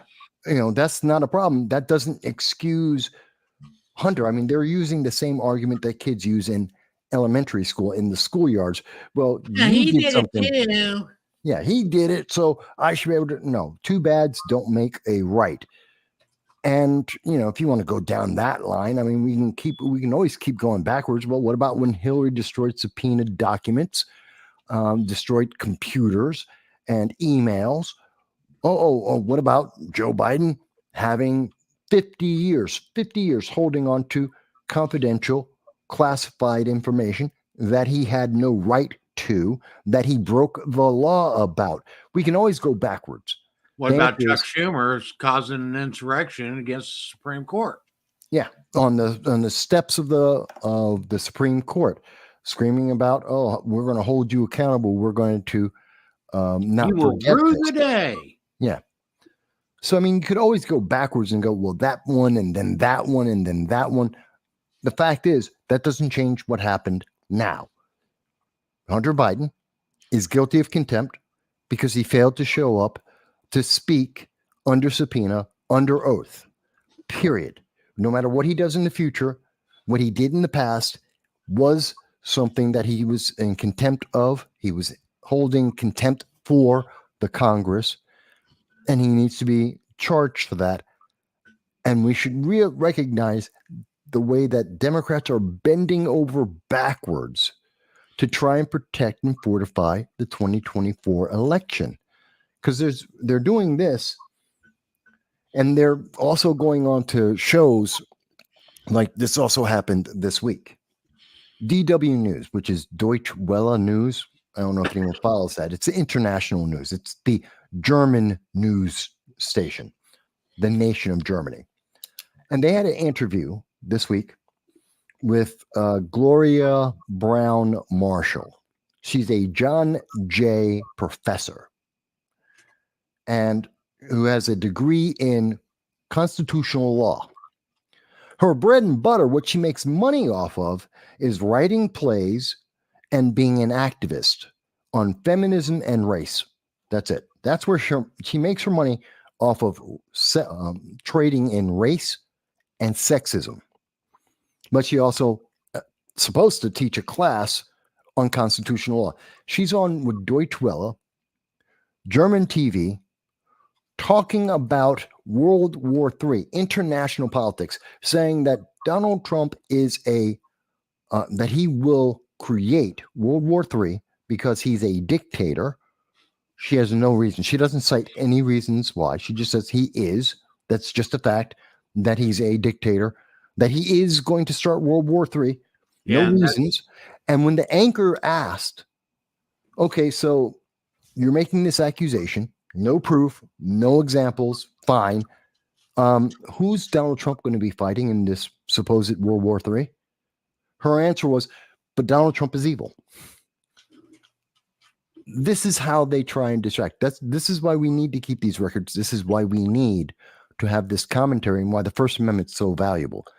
Because otherwise, you've got people who the left is propping up going, hey, look, they're on international TV. This is a professor. She's really smart. She's constitutional law. And she's just making it up as she goes. Mm-hmm. And here's another thing, okay, is the left is pushing how Donald Trump has claimed that in his first 100 days, he will become a dictator. Which was a joke. It was complete satire when he said it. You had 4 years of history of Donald Trump doing nothing of the sort. Why would he change his whole demeanor after 4 years of demonstrating that he doesn't have what it takes to be a dictator? Well, not only that, okay, when Donald Trump took office, and this is one of the things that really got him in trouble, when Donald Trump took office, he didn't change out a lot of the previous administration directors. Right. Which he should have, but he didn't. Exactly. Okay, which is what's typical. But he didn't. He kept a lot of the same people that were in under Obama, he kept them. Right. So now, when he goes in for his second and his second administration, if he wins the election, and I use that word "win" loosely, he will, regardless of what happens, if Trump becomes president and turns around and actually does what presidents normally do, which is axe everybody that was from the previous administration and appoint his own people, now he's going to look like a dictator. No way about it. Right. Because he's going to do what every single president has done, except for him in 2016. It'll just be screaming with their hair on fire, going, he's a dictator, look at all the people he's fired, he's installing his own people, this is going to be terrible for our democracy. You're right, it's going to be terrible for our democracy because we're not communists. That's what our democracy is. Let's be frank. Well, Frank left. I'm sorry, Well, Frank. We monopolized the conversation, but the point is the code of our democracy is communism, because communists dress up their system with the illusion of democratic process as if it's somehow this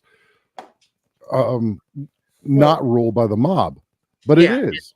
And they actually dress it up to look like the people are in power when nothing's further from the truth. Just look at the CCP. I mean, it was they relied on the people to install the communists, and now they can't get rid of them. That no matter what the people try to do, they had the white paper protests, and that was probably the closest, and had the CCP sweating bullets. Mm-hmm. But then it just disappeared. Yeah. And then they get regulations like they have to leash their knives. I mean, it's ridiculous. And people that say that the communists are going to just disappear from someplace like China is not rational. It's not going to happen unless every single person in China throws them out. Mm-hmm. That's what's going to take here in the United States too. The left loves to throw around how Trump is a fascist and so forth. And we've had this discussion, and we've proven and we've shown how fascism is a leftist idea. Mm-hmm. Yeah. It's a leftist ideology. We've demonstrated beyond everything. Okay. I mean, there is fascism and communism are literally the same thing, just in different clothes. Hmm. That's why communists can sit there and say fascism is alt-right, because everything is to the right of communism. And honestly, it's not. Overton window is not a square. I like to say this: the Overton window is not a square; it's a portal. And every political party and ideology shows up on the circle with feudalism and communism right next to each other. One's on the left half of the circle, the other one's on the right half of the circle, and they're together right at the bottom. All communism is feudalism, where the aristocracy is supplanted by the party, and then all of the resources are consolidated under the party now instead of under the aristocracy. And it's everybody the same thinks thing. The party is controlled by the people. No, it's not. No, the party controls people. It would be like saying that the serfs of feudalism controlled the landed aristocracy. That's not how it worked. That would be ridiculous. If you were to go back in time and talk to an aristocrat of landed gentry, that his serfs were the ones dictating policy, he'd laugh in your face and be like, nah, no. Because if they tried, it'd be a rebellion, and I'd put it down. Yeah. Oh, I was just going to ask Jan. Oh. She bounced. Yep, I was just about to ask her what she thought about the USA boxing thing, but I don't know. This is all really crazy, and it brings me to. It's funny when we think about all the things we can't say and how they are trying to control and micromanage everything, whether it be Second Amendment, First Amendment, all the different aspects of our life. And then you look at the things they do want to talk about, which is Michelle Obama 2024. Did you hear about that? Yeah, I heard about that, and that's about as likely as a snowball in hell. Well, yes, but for those who don't know, because it is running around political circles. And I was talking about this on national radio Wednesday, national radio program, and they brought it up that there is now a conversation going around amongst Democrats that they're going to replace Joe Biden with Michelle Obama for the presidency for 2024. That's the rumor. That they're promoting because they want to get Democrats excited again about the 2024 election, to get them involved in the election again, because they've checked out, because they don't support Biden. They don't support Kamala. They'll vote if they're, when they go straight down the line on their Democrat. And if they happen to be on the Democratic ticket, they're going to say yes to them no matter what, but they don't want them. And they know that. And they know that a lot of people aren't showing up, that the apathy is thick as hell, which is why the reason they're trying to get rid of Trump, are going by this theory. The reason why they're trying to get Trump off the polls is so that they can balance out the apathy on the left for all of their people who aren't going to show up. And so by mentioning Michelle Obama, who still has a positive image, and Barack Obama, who have positive images amongst the left, especially the far left, then that reignites those people to come back into the race that they're losing. This is what the theory is. I don't know. What do you guys think about that? Because I think it's stupid. I think this tweet from Adam Schiff is very telling. Okay. Adam Schiff says in his tweet, for the first time in generations, our rights and freedoms are receding, not expanding. Which is correct. Feel that democracy is at risk, and they're right. That's why I'm releasing my Defend Democracy agenda to protect our democracy and ensure that it works for all of us. Now, to be fair, he's right in the sense of the first line. Oh, it's not the first. Right. It's not the first time in generations. This has been happening since Wilson, but our rights and freedoms are receding. Every time the government makes things more complex, they are effectively limiting the people that they were supposed to be limited by. Yeah. And here's one of the things I want to point out. Yeah. Adam Schiff is also on the front lines in this push to disqualify Trump from the ballots. Yeah. Okay. Wouldn't that be anti-democratic? Yes, it would. It's destroying democracy to protect small it. d, not big D. Right. It's destroying democracy to protect it, and that's antithetical to the idea of democracy. Authoritarian. He is an authoritarian. He doesn't want Trump on the ballot. That is an authoritarian action. Has nothing to do with democracy. Has nothing to do with freedom. He's trying to deny him. The Secretary of State of Missouri said that if Trump somehow is held by a federal appellate court to be disqualified, that he is going to disqualify Joe Biden off the Missouri ballot for insurrection. And okay, I don't agree with that either. I don't agree either candidate should be disqualified. And that's okay. And tit for tat is never a good strategy. No, that's exactly what happens in communism. Like Voss has pointed out in an example with the dead guy and the communist. Yeah. Right. I mean, it's like you get told who your candidate's going to be, and you have to make a choice based on voting for the dead guy or the communist. Well, most people are going to vote for the communist because voting for the dead guy does nothing. Well, it'll get them to show up after the election at your door. Well, maybe, but I mean, the point is that we're getting to the point where these authoritarians are telling us who can be on the ballot, who cannot be on the ballot, and we're given the illusion as the people the right to vote or the privilege to vote, which it still blows my mind that voting is a privilege, not a right, as based in the Constitution. Well, it is, and that's because you pointed that out, Marshall. The it actually says privilege, not it right. is. Voting is a privilege. I don't mind that. Okay, I don't mind that. It's a privilege. And if we look at the early days of the founding of our country, you had to meet very specific requirements in order to be allowed to vote. And this was in every state of the original 13 states. Right. Within context. Very specific requirements. Right. And that's what makes it the privilege. Now we have now the American citizen on average meets those requirements in most cases.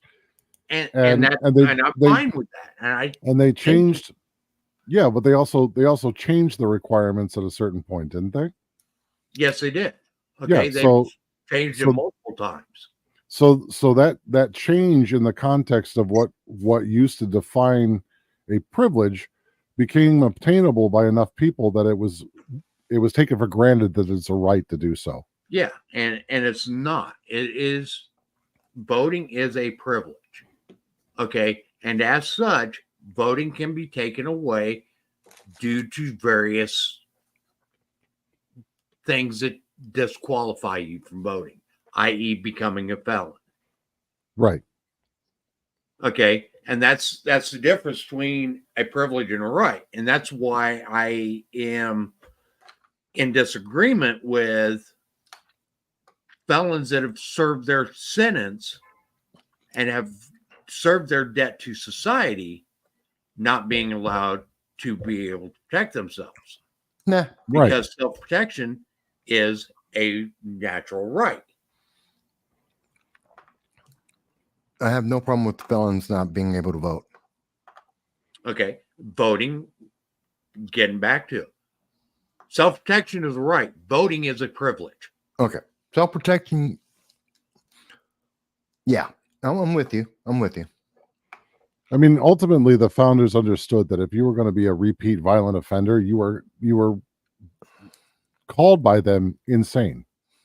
Well, people that were labeled as insane were not mentally capable of freely exercising their rights. Therefore, they weren't able to exercise them. That was the one stipulation. Here is my premise. If you are considered such a threat to society that you cannot be trusted with a firearm, then why are you still in society? Right. Yeah, because the threat doesn't end. You don't need a firearm to enact that threat. Right. Right. You've got cars, bombs, knives, guns, rope. I mean, okay. Right. You don't have to limit it. You don't have to limit it to firearms. By definition, criminals don't follow laws anyway. True. Also. Okay. So if you have served your allotted penalty,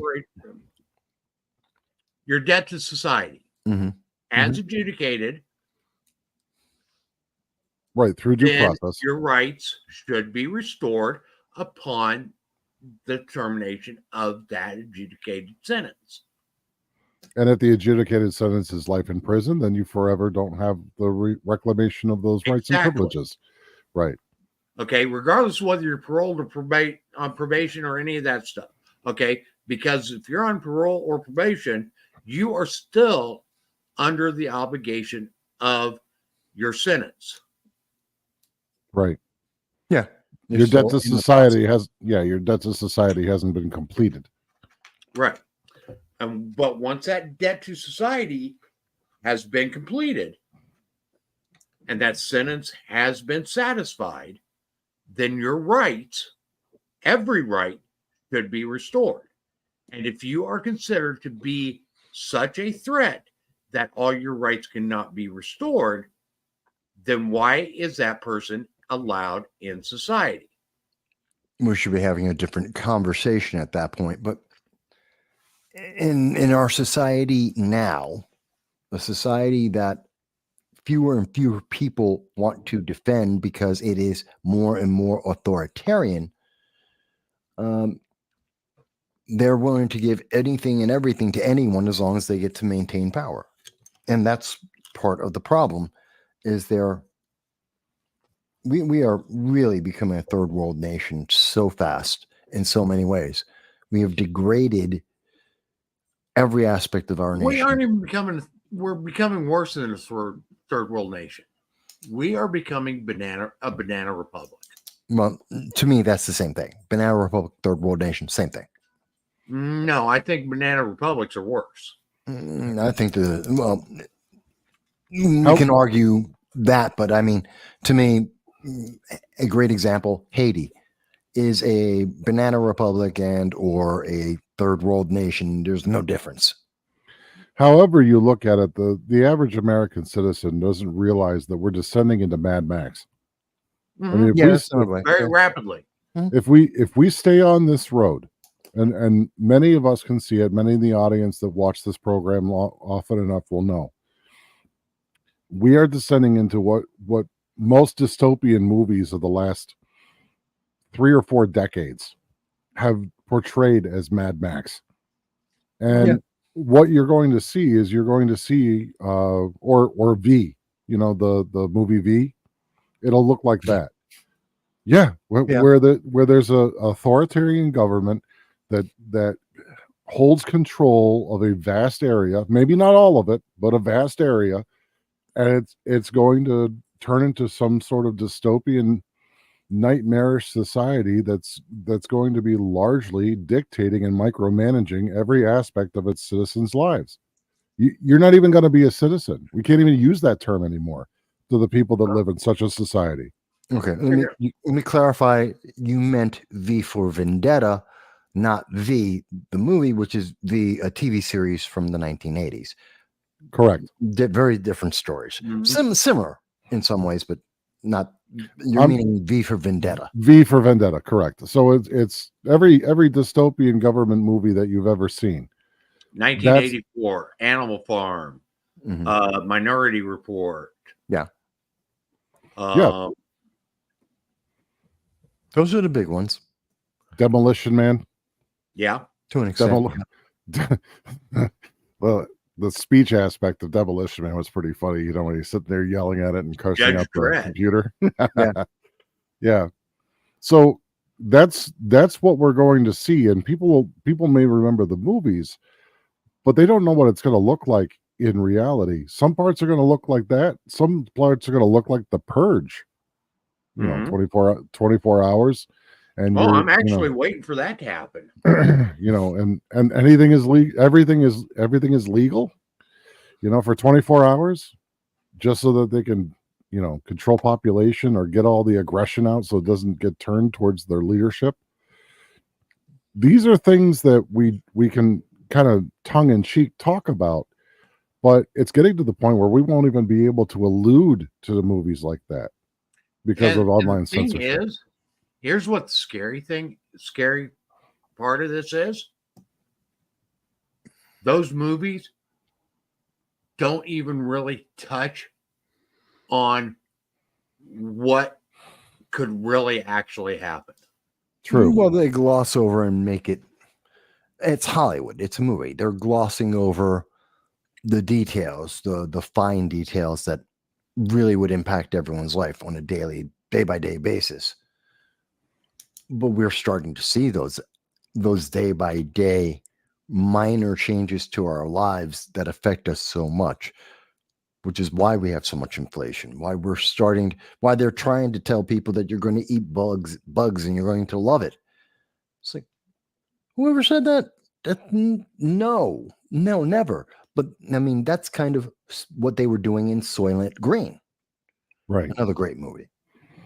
I honestly would like to do a long run series, if I could ever get the backing and get the things to work for it and get the right types of writers for it, to see a series that went and showed what America would be like if we no longer had a constitution. Well, we wouldn't be America. First, we can determine a couple things very quickly. The United States would break apart. There would be, if not a civil war, there would be a war that would either cause it or would be the result of the loss of the Constitution. Because there's massive divisions. The coasts would break off and become their own thing versus what we're seeing in the center of the nation. So the United States would cease to exist. The portions of the United States, like the Northeast and the West Coast, they would become authoritarian capitals based on a progressive socialist communist ideology. And the only way those things work are with authoritarian governments. We look around the world, we see that is always the case. Always. It's the only way they can function. In the center, probably a more militaristic, not a metric, a militaristic democracy, more militarized, more far more aggressive, probably still a representative government to some degree, but you may see something closer to Starship Troopers, citizenship guarantees, service guarantees citizenship. And you'd see something more like that in the center, partially because, again, on both coasts, they're looking at opposing governments and ideologies that would be trying to target them. And then the biggest thing is then you get the outside influences. Then you get the influences from around the world. The immediate actors, being China, would immediately be trying to come over because the next closest, trying to get a bunch of our resources, trying to take over Canada, Alaska, trying to sweep into the West Coast. You'd see a surge of South American countries trying to reach up because they want to get some of the resources from Texas, New Mexico, Arizona. You'd see that surge. And you'd probably see a bigger impact from the Middle East and Africa than you would in Europe, because the Middle East and Africa need more of the infrastructure and the resources that we have than Europe does. But by America not having the Constitution, not only do you lose the United States, the entire global map gets redefined. The world starts a series of wars, probably series of world wars, because there's too many resources to just leave it open. Everyone's going to be fighting. The world redefines itself. That's what I would say. And even if there wasn't a war, you would definitely have balkanization along political lines. So the same scenario, but instead of a hot war where there's kinetic fighting going on, you're going to see political divisions that are going to balkanize various parts into, say, like 13 commonwealths, right? Mm-hmm. You're going to have the Northeastern Commonwealth. You're going to have the Northwestern Commonwealth. You might have like an area like Idaho, North Dakota, Montana, South Dakota. They'll balkanize into their own group. These divisions then would lead to bickering over resources, who gets what military bases, and then you're set up for a similar similar initiation to fighting like you would have seen in 1860. Because remember, the war in between the North and the South didn't really touch off until they started fighting over a military base. Because both sides wanted Fort Sumter. They both laid claim to the material, the resources, the manpower that were in that fort. And that was the kickoff. So, I mean, that's one scenario possible. That's what makes 2024 so incredibly valuable as a pivot point, because from here we can either see a white-pilled future where our culture solidifies and we Yeah. get America going on stronger, or we get black pilled, so to speak, and everything falls apart. That's Now, this year. and counter to that series, like I was saying, I would love to have the Mhm. resources to be able to do that. Run a parallel series with it of what America would be like if it followed purely the Constitution Yeah. and not the perverted version of the Constitution that we follow today. The comparison would be night and day, but it would be good to see it side by side, certainly. I honestly can't envision that America. I would like to, but I can't. I know it's hard. It's so extremely hard. alien to what we live with, and I could see it. I'd have I to c- take I time could to see it. envision it. I'd have to take time to actually envision that, because I can see the likelihood, and the more likely, it may not happen this year per se. It's going to happen where you're going to have another civil war. You're going to, whether that's in conjunction with 3 regional wars, or if it initiates and then the wars start because of that, I don't know. But it is realistic to say that as we continue down this path of equity and division, at some point, you can only divide and divide and divide up to a certain point, and then you no longer have a cohesive original product. You've broken it down too much. It's now something else. Yeah. There's a limit to that. And there's something else along those lines too. Okay, where the chasms between the divisions can only become so wide before it comes to a point like we saw with the Civil War. Yeah. And I think we're getting close to that point. My only question is, do we see, I also believe that by 2028, the world will be experiencing 3 regional wars simultaneously happening, which I believe is in Europe. You've got Russia, Ukraine, which is also, according to Sweden today, they're gearing up for war. They believe they don't have enough troops. They don't have enough arms. They're not ready.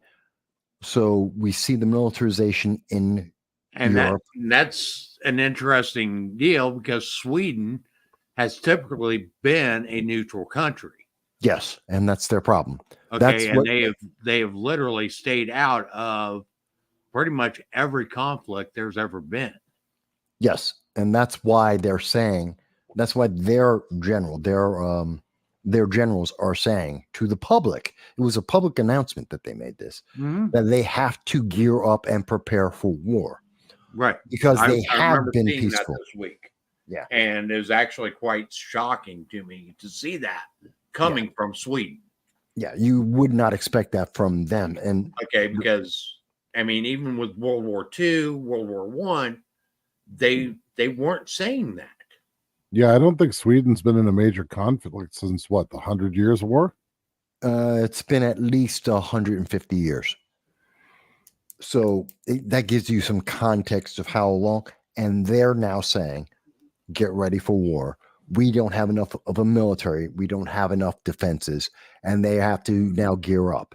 They're saying that at the same time that Japan is saying they're in the process as we speak of building their first army since 1945. That's my second region, Southeast Asia, with China, which we know they have guaranteed they will take Taiwan by force. That is a fact. North Korea has fired off more missiles, rockets, and ICBMs than under the 3 years of Biden than any presidency, whether it's 4 years or 8 years combined, doesn't matter.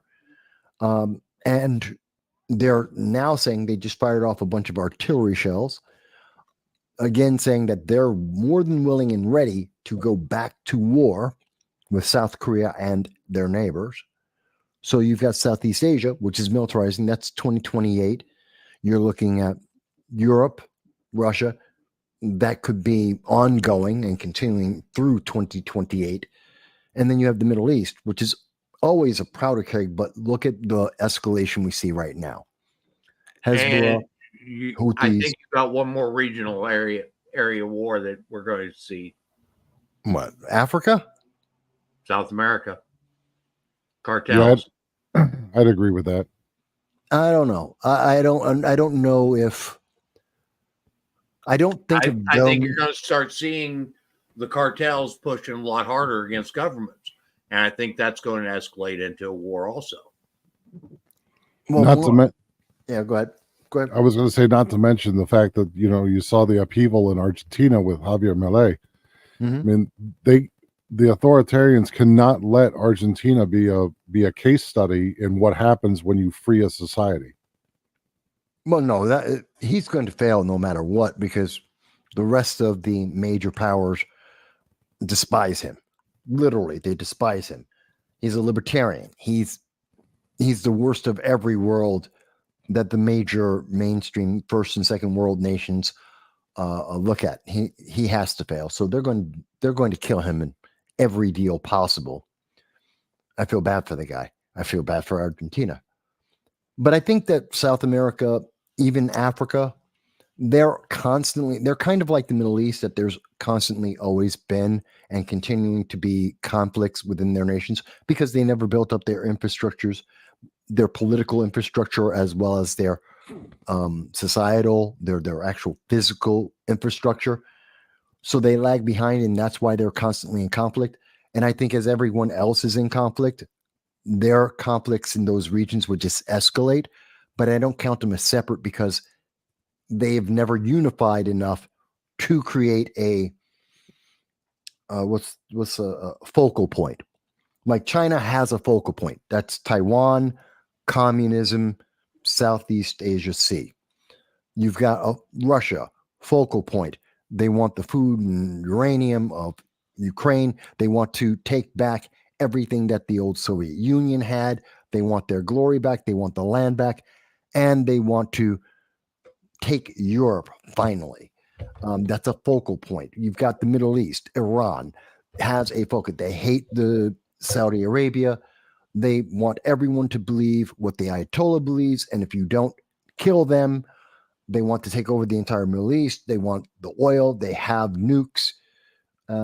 That's a focal point. They want to eliminate Israel. They want to eliminate America, focal point. So those, I can't say the same thing about Africa. I can't say the same thing about any nation or multiple nations in South America. They don't have that same focal point, which is why I don't count them. But look at what we are talking about that does exist. That's a problem. That's a big problem. And we're not ready for it. No, a lot of people are not. And the fact that there's governments talking to their people, telling them to prepare, and yet you have other governments like ours that are telling nobody anything. They're not saying, hey, you know what? You should probably get a garden this year. Hey, you should stock up on your food. Hey, you should make sure that you have plenty of over-the-counter medicines in your medicine cabinet. Get some things to trade. These types of preparations, even without a war. What if there was a natural disaster like the flood of 2011 again?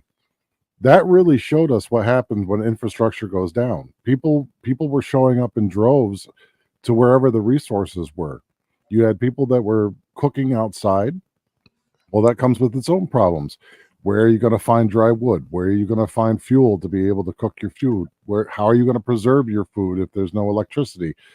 These are things that our grandparents and great-grandparents knew how to do. They didn't have to necessarily, but they knew how to do it because their parents and grandparents had done it. You have a lot of loss of knowledge. That's why when you talk to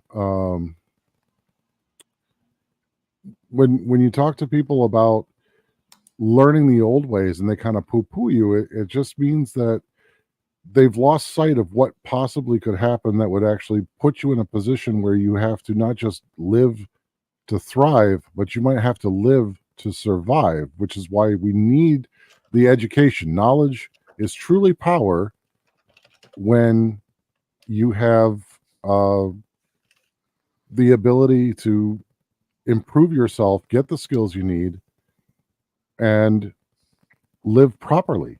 Live well and make your own systems. There's going to be barter and trade. My grandfather used to tell me, he's like, Nick, if anything were to ever happen, one of the best things that you could do is learn how to make alcohol, trade tobacco, and get food. Those three things seem to be the bartering commodities that stand the test of time even better than gold and silver. Yeah, they do. What you thinking, Mike? Oh, wait. Wesley Curry. I was just looking what Wesley. I'm trying to figure out what he's going on about. Yeah, I'm just seeing that now. He's got a ton of little comments there. Yeah, I'm not sure what's up with that.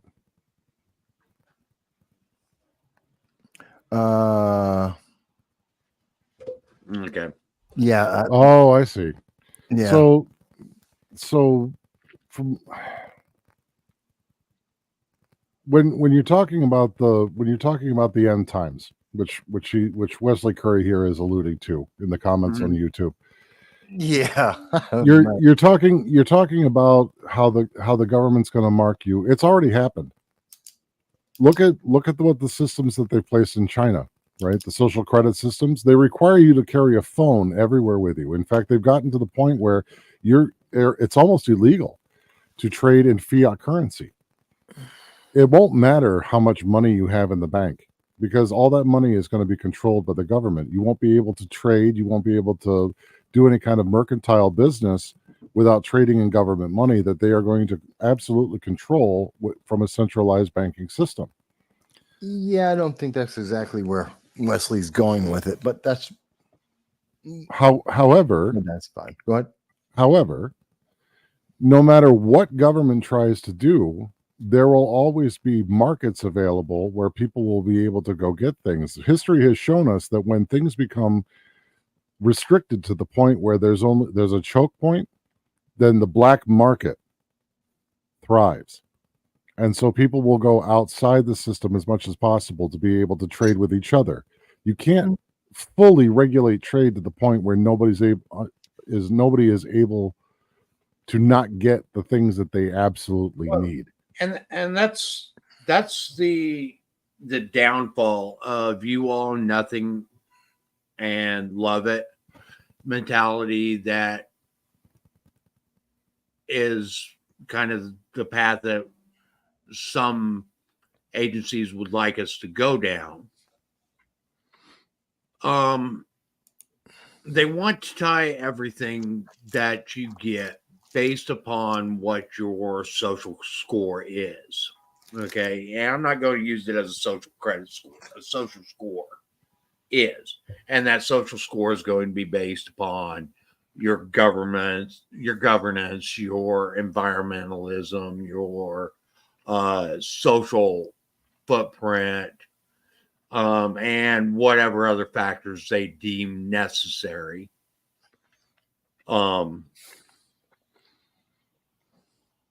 And I'm sorry, but you're never going to be able to control people in that manner because people are going to rise up. And if you take the means of production away from them, i.e., the ability to garden and all that stuff,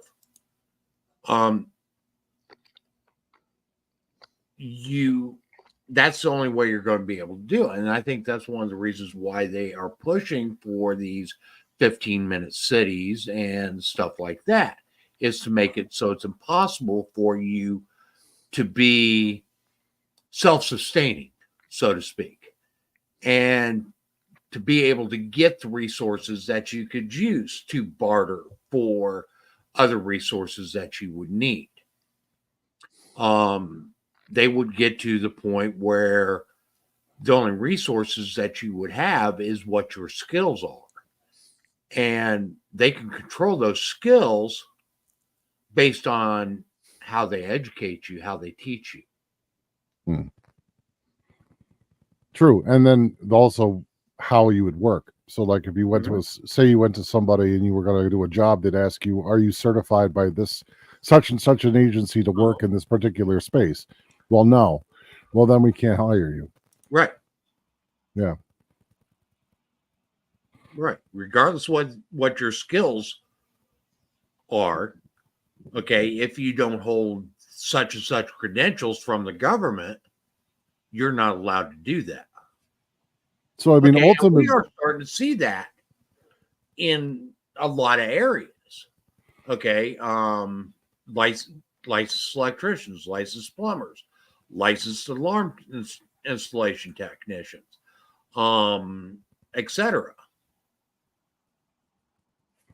yeah, I see it as like, even what was it? Tim Pool was saying, get out of the cities, right? So you try to leave a place of urban density to go out somewhere. It's not going to matter, because what's going to wind up happening is that they want fewer people, but they don't want you to leave where they can hold on to you. So even if people were to say, well, you know what, I'm going to move out into the country, I'm going to get out of here, and I'm going to get my own land, and I'm going to do my own thing, and I'm going to be self-sufficient and self-sustaining and all that. How long do you think it would be before somebody in power decides to go outside of that urban area, use their resources to take yours? It's not going to take long at all, because the sheer density of the population is going to demand a ton of resources. So even if you're able to go out for a few years and be self-sustaining, someday somebody's going to come knocking at your door. And what are you going to do then? Ultimately, the solution to this is you come to the impasse where you have to make the decision. Well, we've already seen this. Right. Do we band together and we have another 1776, or do we, fracture and then we turn into the rest of the world? We've seen this actually in fairly recent history, multiple times. You've got Bundy Ranch, you've got Waco and the Branch Davidians, and you've got Ruby Ridge. Yeah. Okay. Ultimately, those were people that were trying to get away and get out from underneath government control. Yeah. Every one of them. And what happened?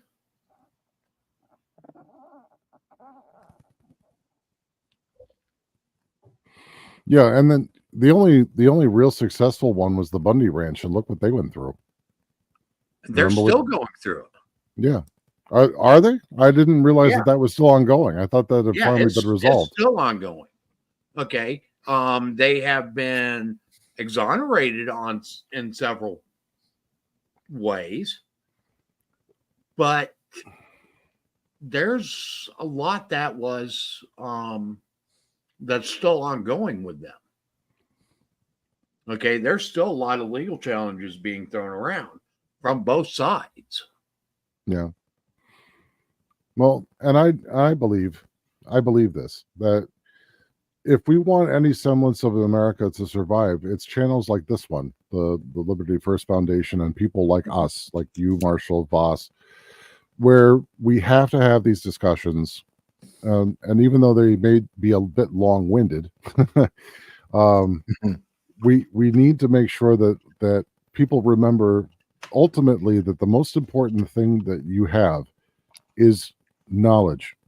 And if you don't keep that close to you and you understand how things should work, you're never going to get to the point where they will work. So exactly. That's why civic education should be a real focus. And I'm hoping that when Trump announced the park, do you remember when towards the end of his presidency, when he was talking about making the historical park to teach American history of the heroes and the battles? And so one of the things he was talking about was making an American history park, where it would sort of be be like Mount Rushmore, but it would be full of like statues and exhibits and things that showed American history. And he wanted to put out the 1776 curriculum, which is the one that was civic education. That Biden had banned his first day in office. Right. Yeah. And that's important about us banning books. Right. That's important so that you don't get things like the authority bias that causes people that have that chilling effect on the First Amendment. Like here. All right. So what we're looking at right here is the New York Times, right? And they're talking about the IRS to begin the trial of its own free tax filing system. Now, this person down here, just below, was talking about the government and how it continues to take more and more in taxes and makes it confusing in the first place, and of course is never to blame for the confusion. Right. Well, the response to that was immediate mocking. You must be stupid. There's not, you despise complexity and retreat from it, and so on and so forth. That's what this guy is saying. I don't know if you guys can read that. Can you see that on your screen? Okay.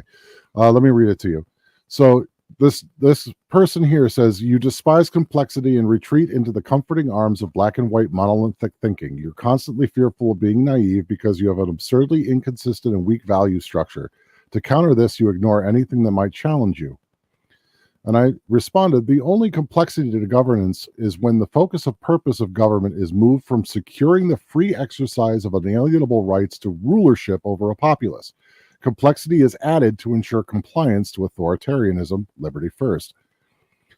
His response was, I know why this makes sense to you, but it's pretty clear that you've never seen how our political system actually operates. It is extremely complicated because there are so many fragmented stakeholders, not because the elites are desperate to impose power. I responded, poo-pooing authoritative competency to speak on the political system of the United States based on your own sense of inflated credentials and expert authority bias does not detract from the intent of simplicity on which our country was founded to operate. Now, what I meant by that was that when the founders created the United States, the entire idea was that the populace was to be able to understand the legislation that was going to come out of the governance to dictate how people were going to interact with each other within the society. For the most part, the government was supposed to be hands off with micromanaging. There was not to be any micromanaging. It was lawful for people to live their lives the way they saw fit, so long as they did not interfere with any other freedoms that were held by the other people. And that if there was going to be some sort of social contract or legislation that was put forward, they had to have the consent of the people that it was going to affect. And in order to be able to make that kind of legislation, people had to be able to understand it. Not a 5,000-page booklet that you needed to read and then try to make sense of. It could just be a single line, a single bill that was in plain English that people understood. This is what's going to happen. This is how it affects you. Do you want it? Yes or no? That's it. That didn't last very long. No, it didn't.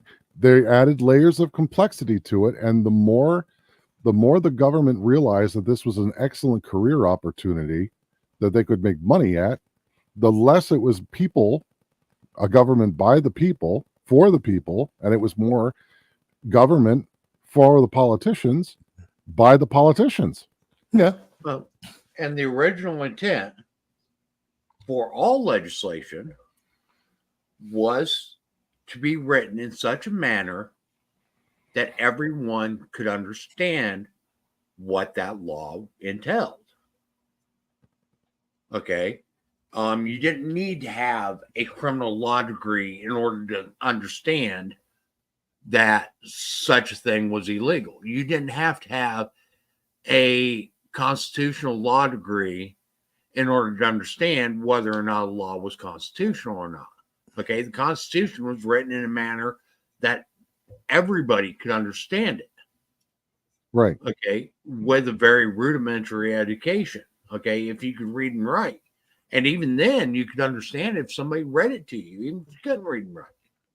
Right. I mean, what all this complexity does is it adds a layer that allows people to flaunt authority bias and force people to access their legislation or their governance through a filter. And that's something that we need to move away from. And I think it more just it adds a layer of apathy. People stop paying attention. They stop being involved. It adds a level of, because it's complex, it requires time and attention. And as a society today, things that require time and attention are discouraged and avoided. And that's what it's And been doing. That's more than the authority bias. It's the disencouragement of knowledge or interaction. well, and it's also put out there constantly, and this kind of addresses both of your points. It's constantly put out there. Well, it's too complex for you to understand, so why bother? And boy, do I hate when people do that, because again, my grandfather, very wise man, told me, he's like, the difference between a layperson and an expert is time spent on a topic. If you put your mind to it, you study a topic, you can become the expert. As long as the materials that you're looking at are, you can read them, you can understand them, then you have the knowledge and the working competency to be able to discuss that topic. People will know that you're speaking truth because it rings true. You sound competent. There's a substance there that people intuitively understand, that you have a good grasp of that concept, and anybody can have that as long as they apply themselves. Yeah. And I think one of the ways that America can really turn this around, as far as the inexorable march to doom, is if people are able to find it within themselves to be able to open themselves to spending the time again. But the problem is getting the message to them that they really ought to be focusing on this. I think that's where the media seems to have really won the battle, is that they've been able to convince people for generations that this is too complicated for you. There are specialists for this. Let them handle it. Well, why would I want somebody else telling me what to do when I'm perfectly capable of deciding for myself, if you guys would just let me get to the information myself and make a decision? Right. Well, no, it's too complicated for you. Well, you already said that, but it's not. I understand it, and I don't like it, or I like it, and I want it, but you won't even let me have that. Yeah. And that's the thing. And that, I think that's a lot of what's going on in our country today. And we need to actually start winding this show down. Yep. Yeah. One of the big things that is going on in our country is, from an early age, we have been taught to submit to authority. Okay. And or at the very least, defer. Yeah. Or defer to authority. Okay. And that we couldn't possibly understand that because we weren't trained in that particular area. We weren't properly educated. Blah, blah, blah, blah, blah, blah, blah. Yeah. That's what I hear. Along those lines. Okay. And that's ground into us from an early age. Okay. Our teachers pounded that into us. Our parents, in a lot of ways, pounded that into us. And that's what we get from the talking heads in a lot of cases. And that's not the way it is. No. Okay. And it really doesn't take a lot for us to be able to change that within ourselves. But you have to be willing to do so. Okay. And you have to quit submitting to yourselves to believing that you can't possibly understand that. Right. Okay, because nothing's furthest from the truth. Okay, and I don't care what your IQ is or anything else. Okay, everything can be broken down to a point where you can eventually understand it. You may not know every nuance about it, but you can understand it. Yeah. And I really don't think that the Constitution is that nuanced. I mean, No, it not. was Not definitely nuanced at all. designed. Even the surrounding documents were written in a language that was of the people, so that everyone could look at it and they could know this is what it is. This is what we intended. This is how it's supposed to work. It will work if you just follow this roadmap, essentially. Exactly. Okay, and honestly, I think if we get back to that constitutional foundation, that we can restore ourselves back to a former glory that made us the leader of the world. Okay, and I'm not talking leader as in an arrogance. A leader, we were a leader because we carved the pathway towards freedom. And that's what led other nations to follow in our footsteps towards that goal. A shining example. It Right. was a shining example. And we are no longer that. No, Okay. no, And especially after the apology tour from Obama, we haven't been that way. That was disgusting. When I saw Yeah, but he saw wasn't. him show up in Durban, I was Yeah, I but was that just, wasn't. ugh. Yeah. He's just a symptom. He's not the cause. no, he's not. No. Okay. And honestly, a lot of what we're seeing today is symptoms of our divergence. Mhm. And honestly, if we want to correct the issue, a lot of what we're seeing today, we are going to have to start reestablishing our foundation. And that foundation is the Constitution. And the best way you can do that is by starting to join up with the Liberty First Foundation. Take it, Marshall. That's it. And actually, he's exactly right. Okay. And if you don't want to join up with us, that's fine. Find a pro-constitutional organization to join. Okay. Join the Cato Institute, join the 10th Amendment Foundation, the Heritage Foundation. I mean, there's others out there. Okay. Besides the Liberty First Foundation, but help us start restoring this country back to its original intent and the original foundations that led us to be the beacon of freedom, the beacon of liberty.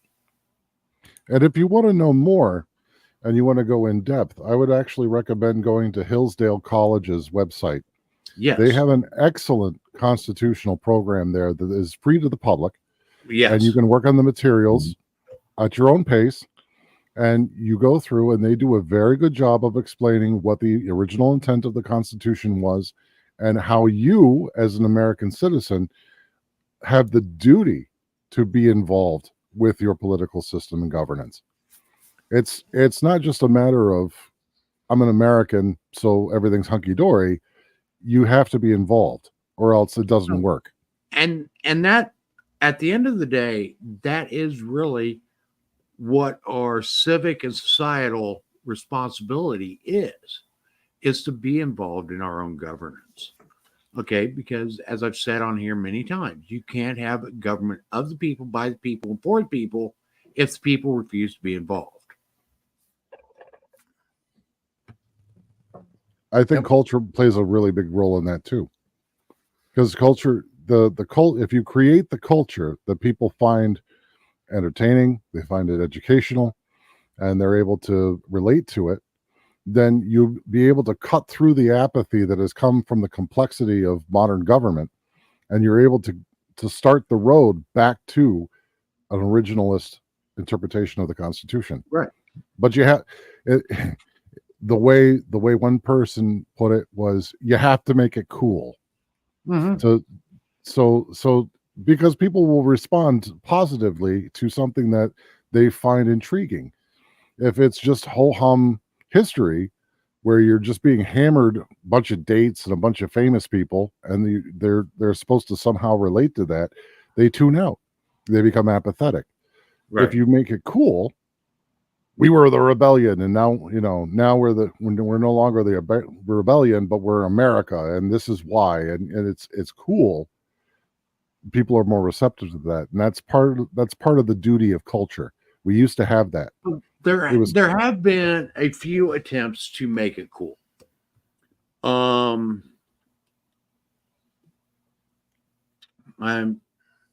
trying to think. There was a cartoon series out.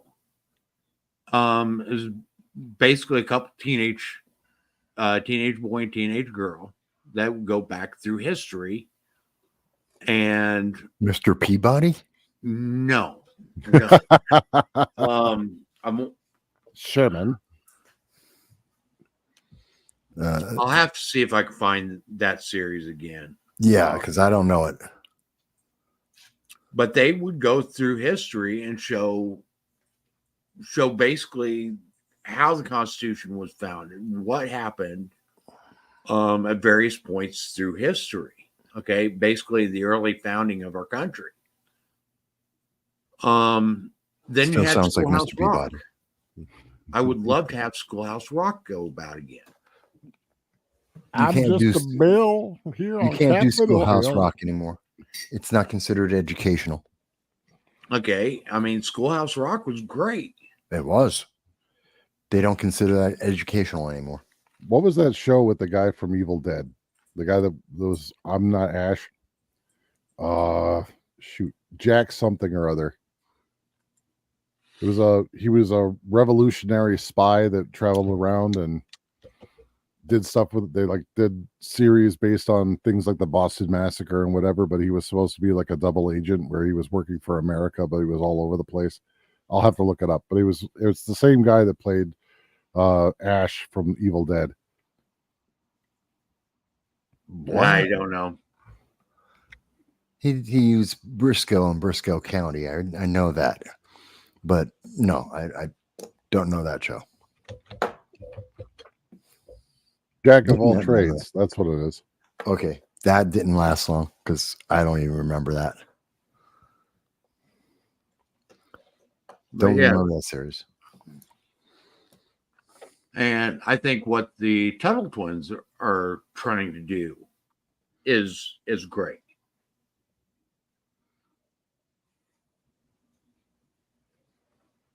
The which ones? The Tuttle twins. Oh, Tuttle. Yes. Yeah, I think Mr. Boyack has done a great job with the books, and now he's gone into the animation movies. Mm-hmm. I think he's been doing a great job because he's gone back to the core. He goes back to and that's I've interviewed him what before. we need to go back to. Yeah, I've actually interviewed him about it, and he has a pretty solid basis, solid intention, decent guy. From the conversation I had with him. Okay. Well, with that being said, if you enjoy what we're doing and you support what we're doing, we do ask you that you become a member of the Liberty First Foundation. All night you've been seeing scroll across the bottom of the screen our website where we are holding our membership drive. We do ask that you become a member of the Liberty First Foundation. What this can do is help us get the word out. And as I alluded to in this episode, we are trying to expand how we reach people. And one of the ways we can do that is through some media efforts, like possibly showing what the United States would be like without a constitution, or showing an alternate reality of what the United States would be like if the Constitution was fully followed with the originalist intent. Other things we can do, well, it's unlimited. really. But our funds only go so far. Okay. And without your help, we will stay just doing live streams every week. Okay. Which does help get the word out, but it doesn't reach as many people as we could. And with your help, that could get us into places where we need to be heard. So we do ask that you become a member. It's only $15 a year, but it does help us do various things like keep our website up and operational, being able to provide these live streams and stuff like that. And as our membership grows, we will be able to do more and more. With that being said, one of the things that you can also do to help us spread the word is to like, share, comment, and subscribe to our content. Okay. Make sure you hit that alert bell so that you know whenever we're going to go live. With that, we will see you next Friday night, 9 p.m. Eastern time, just like we are every Friday night. See you right here on YouTube and Facebook. Thank you, everybody. Good night. Night, everyone.